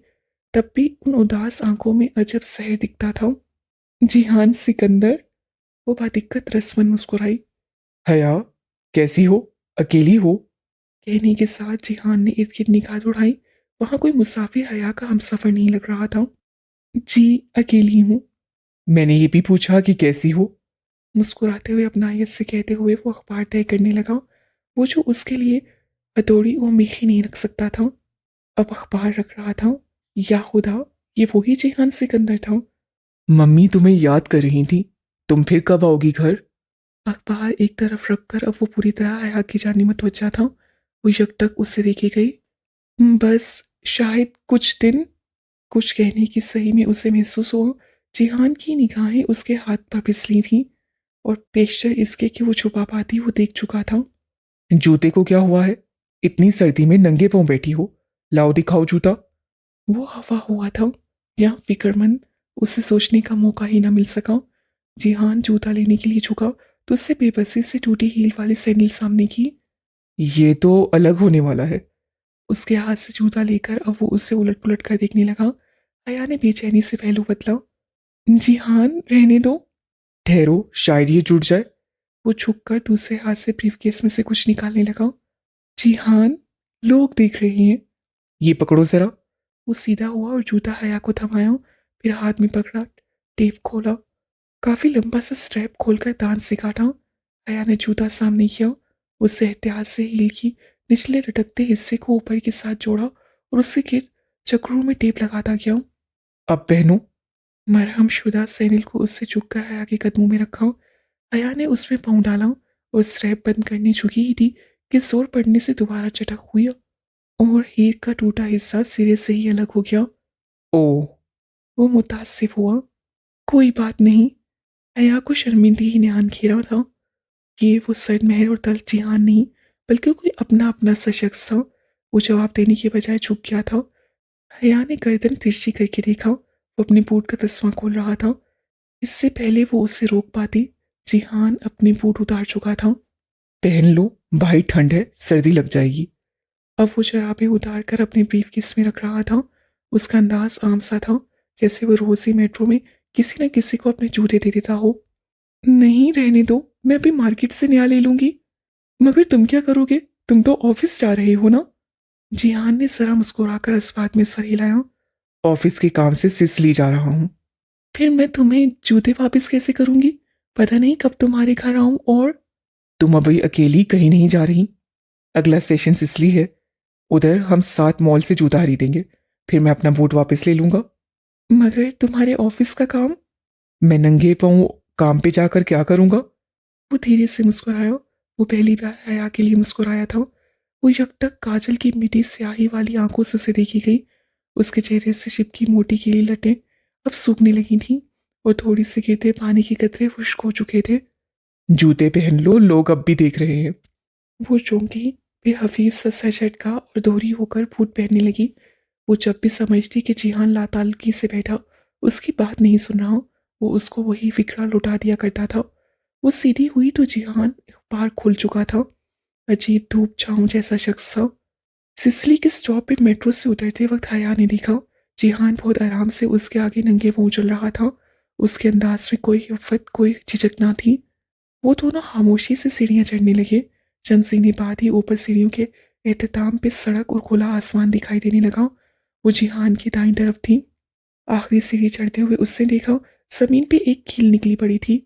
इससे बेशतर कि वो मुताला कर पाती, जिहान का पाँव उस कील के नोकदार हिस्से पे आया। जब उससे पाँव दोबारा उठाया तो उसकी एड़ी से खून की नन्ही सी बूंद निकल गई थी। उससे बेख्तियार जिहान के चेहरे को देखा। वो सुकून से सेद में देखता तेज तेज चल रहा था। जिहान, तुम्हारा पाँव, तुम्हें जख्म आया है? वो उसके साथ चलने की कोशिश में तेजी से चलने लगी थी। खैर है। वो रुका नहीं। मगर तुम्हारा खून निकला है। वो वाकई परेशान थी। बच्चों वाली बात करती हो तुम भी। इतने जरा से खून से मैं जख्मी तो नहीं हो गया। बहुत टफ लाइफ गुजारी है मैंने। वो देखो, जवाहर मॉल। उससे कुछ कहना बेकार था। वो चुप होकर उसके साथ मॉल के करीब आ रुकी। वो एक बुलंद और बाला खूबसूरत नीले सुरमाई शीशों से ढकी इमारत थी। उसके ऊपर बड़ा सा सितारा और अतराफ में छोटे सितारे बने थे। बड़े सितारे के ऊपर जवाहर मॉल लिखा था और जिहान तुर्कियों की तरह सी को जे पढ़ रहा था। ये जवाहर मॉल है, यूरोप का सबसे बड़ा और दुनिया का छठा बड़ा शॉपिंग मॉल। वो फख्र से बोला था। जवाहर अंदर से भी इतना ही आलीशान था। सफेद टाइलों से चमकते फर्श, ऊपर तक नजर आते पांचों मंजिलों के बरामदे, और हर मॉल की तरह वो दरमियान से खोखला था। एनवस में एक ऊंचे खजूर के दरख्त टॉवर्स की तरह लगे थे और ये रोशनी और कुमकुमों से मेज़ीन टावर्स पांचवी मंजिल की छत तक जाते थे। वो मसूर से गर्दन उठाए ऊपर पांचवी मंजिलों की बैल्कोनियां दिख रही थी, जहाँ इंसानों का एक बेफिक्र हंसा मुस्कुराता हजूम हर सू बिखरा था। रंग, खुशबू, अमारत, चमक, आह, वो यूरोप था। जूते खरीदकर वो दोनों ऊपर चले आए। आया ने जूतों का बिल बनवाते ही जल्दी से अदायगी कर दी थी ताकि जिहान को मौका ही ना मिल सके। वो उस पर हंसा खफा हुआ, मगर हया पुरसुकून थी। आले नूर समेत वो किसी भी तुर्क से कुछ भी लेने में आड़ नहीं समझती थी, मगर जिहान सिकंदर का एहसान कभी नहीं। चौथी मंजिल की दुकानों के आगे बनी चमकती बैल्कोनी में वो दोनों साथ साथ चल रहे थे। लोगों की रश में रस्सा बना दी हया को जिहान की रफ्तार से मिलने के लिए तकरीबन भागना पड़ रहा था। फिर भी वो पीछे रह जाती और वो आगे निकल जाता। वो उसका साथ देने की कोशिश में अब थकने लगी थी। शायद यही उनकी जिंदगी की कहानी थी। जिहान ने एक शीशे का दरवाज़ा खोला और एक तरफ हटकर रास्ता दिया। Thank you. वो सुर्ख कोट की जेबों में हाथ डाले मुस्कुराती हुई अंदर दाखिल हुई। वो उसके पीछे आया। वो रेस्टोरेंट था। नरम गरम माहौल, हीटर और बाहर के सरमा की मिली जुली उनकी मध्यम रोशनियां, पीछे बजता धीमा म्यूजिक। ऑर्डर करो। वो एक कोने वाली मेज से गिर्द आमने सामने बैठ गए तो जिहान ने कहा। अपना कोट उतारकर उसे कुर्सी की पुश पे रख दिया था और अब वो कफ खोलकर आसीन मोड़ रहा था। मगर ये दावत किस सूची में है? हया दोनों कोनियां मेज पे टिकाए दाएं हथेली थोड़ी तले टिकाए दिलचस्पी से उसे देख रही थी। चेहरे के दोनों अतराफ में गिरते बाल अब हाथ से सूख गए थे। तुम्हारे इस खूबसूरत कोट की खुशी में, और ये दावत मेरी तरफ से है। अब ऑर्डर करो। आया ने गर्दन झुकाकर एक सरसरी निगाह अपनी कोट पे डाली। मगर दावत तुम्हारी तरफ से है तो ऑर्डर तुम्हें ही करना चाहिए। उससे जिहान की बात नजरअंदाज कर दी कि शायद वो मजाक कर रहा है। ठीक है। जिहान ने मेन्यू कार्ड उठाया और सफ़े पलटने लगा। वो मैप से उसके वजीह चेहरे को देखे गई। क्या वो जानता था कि वो उसकी बीवी है? इतनी बड़ी बात वो ना जानता हो, क्या ये मुमकिन था? उस रोज तुमने बहुत गलत बात की थी जिहान। मुझे तुम पे बहुत गुस्सा आया था। जब वो ऑर्डर कर चुका था, वो यूं ही बंद मुट्ठी थोड़ी तले टिकाए उसे तकते हुए बोली। मैंने क्या किया था? वो हैरान हुआ। पता नहीं किससे मेरे नाम वो फूल भेजे और तुमने कहा कि मेरा वैलेंटाइन। मैं ऐसी लड़की नहीं हूँ जिहान। ना ही मैं जानती हूँ कि वो फूल किससे भेजे थे। ओके। जिहान ने समझने वाले अंदाज में इस बात में सर को जम्बिश दी, मगर वो जानती थी उसे यकीन नहीं आया। रेस्टोरेंट में गहमा गहमी थी। इर्द गिर्द वेटर्स वेसों के दरमियान रास्ता बनाते ट्रे उठाए तेजी से फिर रहे थे। पस मंजर में पश्ती मौसीकी के सुर बदल गए थे। अब एक तुर्क गुलकार धीमी ले वाला गीत गुनगुना रहा था। वैसे तुम सुबह सुबह कहाँ जा रही थी? मैं यहीं सिसली ही आ रही थी, शॉपिंग वगैरह करने। वेटर कॉफ़ी ले आया था और अब उन दोनों के दरमियान झुका ट्रे से दूसरा कप उठाकर मेज पे रख रहा था। बहादुर लड़की हो, अकेली घूम फिर लेती हो। जिहान ने मुस्कुराकर कहते हुए अपनी कॉफ़ी में शक्कर डाली। इस संबोल में ये बहादुरी महंगी तो नहीं पड़ेगी? मतलब? कॉफ़ी का भाप उड़ाता हुआ कप लबों से लगाते हुए जिहान की आंखों में उलझन उभरी। उससे एक घूंट भरकर कप नीचे पे रखा। मतलब drug mafia, organise crime, state secret organisations जैसी चीजों से वास्ता तो नहीं पड़ेगा? वो कोनिया मेज पे रख के आगे हुई और चेहरे पे सादगी सजाए आहिस्ता से बोली। क्योंकि सुना है यहाँ इन सब से पाला पड़ सकता है। किससे सुन ली तुमने ऐसी खौफनाक बातें? जिहान ने मुस्कुराकर सर झटका। तुम बताओ, ये पाशा कौन है? पाशा को नहीं जानती तो तुर्की क्यों आई हो? मुस्तफ़ा कमाल पाशा या कमाल अतातुर्क, वो तुर्कों का बाप था। वो नहीं, मैं संबोल के पाशा की बात कर रही हूँ, अब्दुल रहमान पाशा की। कॉफी का कप लबों तक ले जाते हुए जिहान ने रुककर नासमझी से देखा। कौन? कॉफी से उड़ती भाप लम्हे भर के लिए उसके चेहरे को ढाम गई। एक भारतीय स्मगलर जो यूरोप से एशिया असला स्मगल करता है। Come on. उससे कप रखकर संजीदगी से हया को देखा। इस्तांबुल में ऐसा कोई माफिया राज नहीं है। ये किसने तुम्हें कहानियां सुना दी हैं? यूं ही मशहूर होने के लिए किसी ने अपने बारे में कोई अफवाह उड़ाई होगी। तुम इस्तांबुल को क्या समझ रही हो? हली की तरह वो एक खालिस रुख था, अपने संबोल के दफा के लिए जी जान से तैयार। वेटर जिहान के इशारे पे बिल ले आया था और जिहान अपने बटुए से कार्ड निकालकर उसकी फाइल में रख रहा था।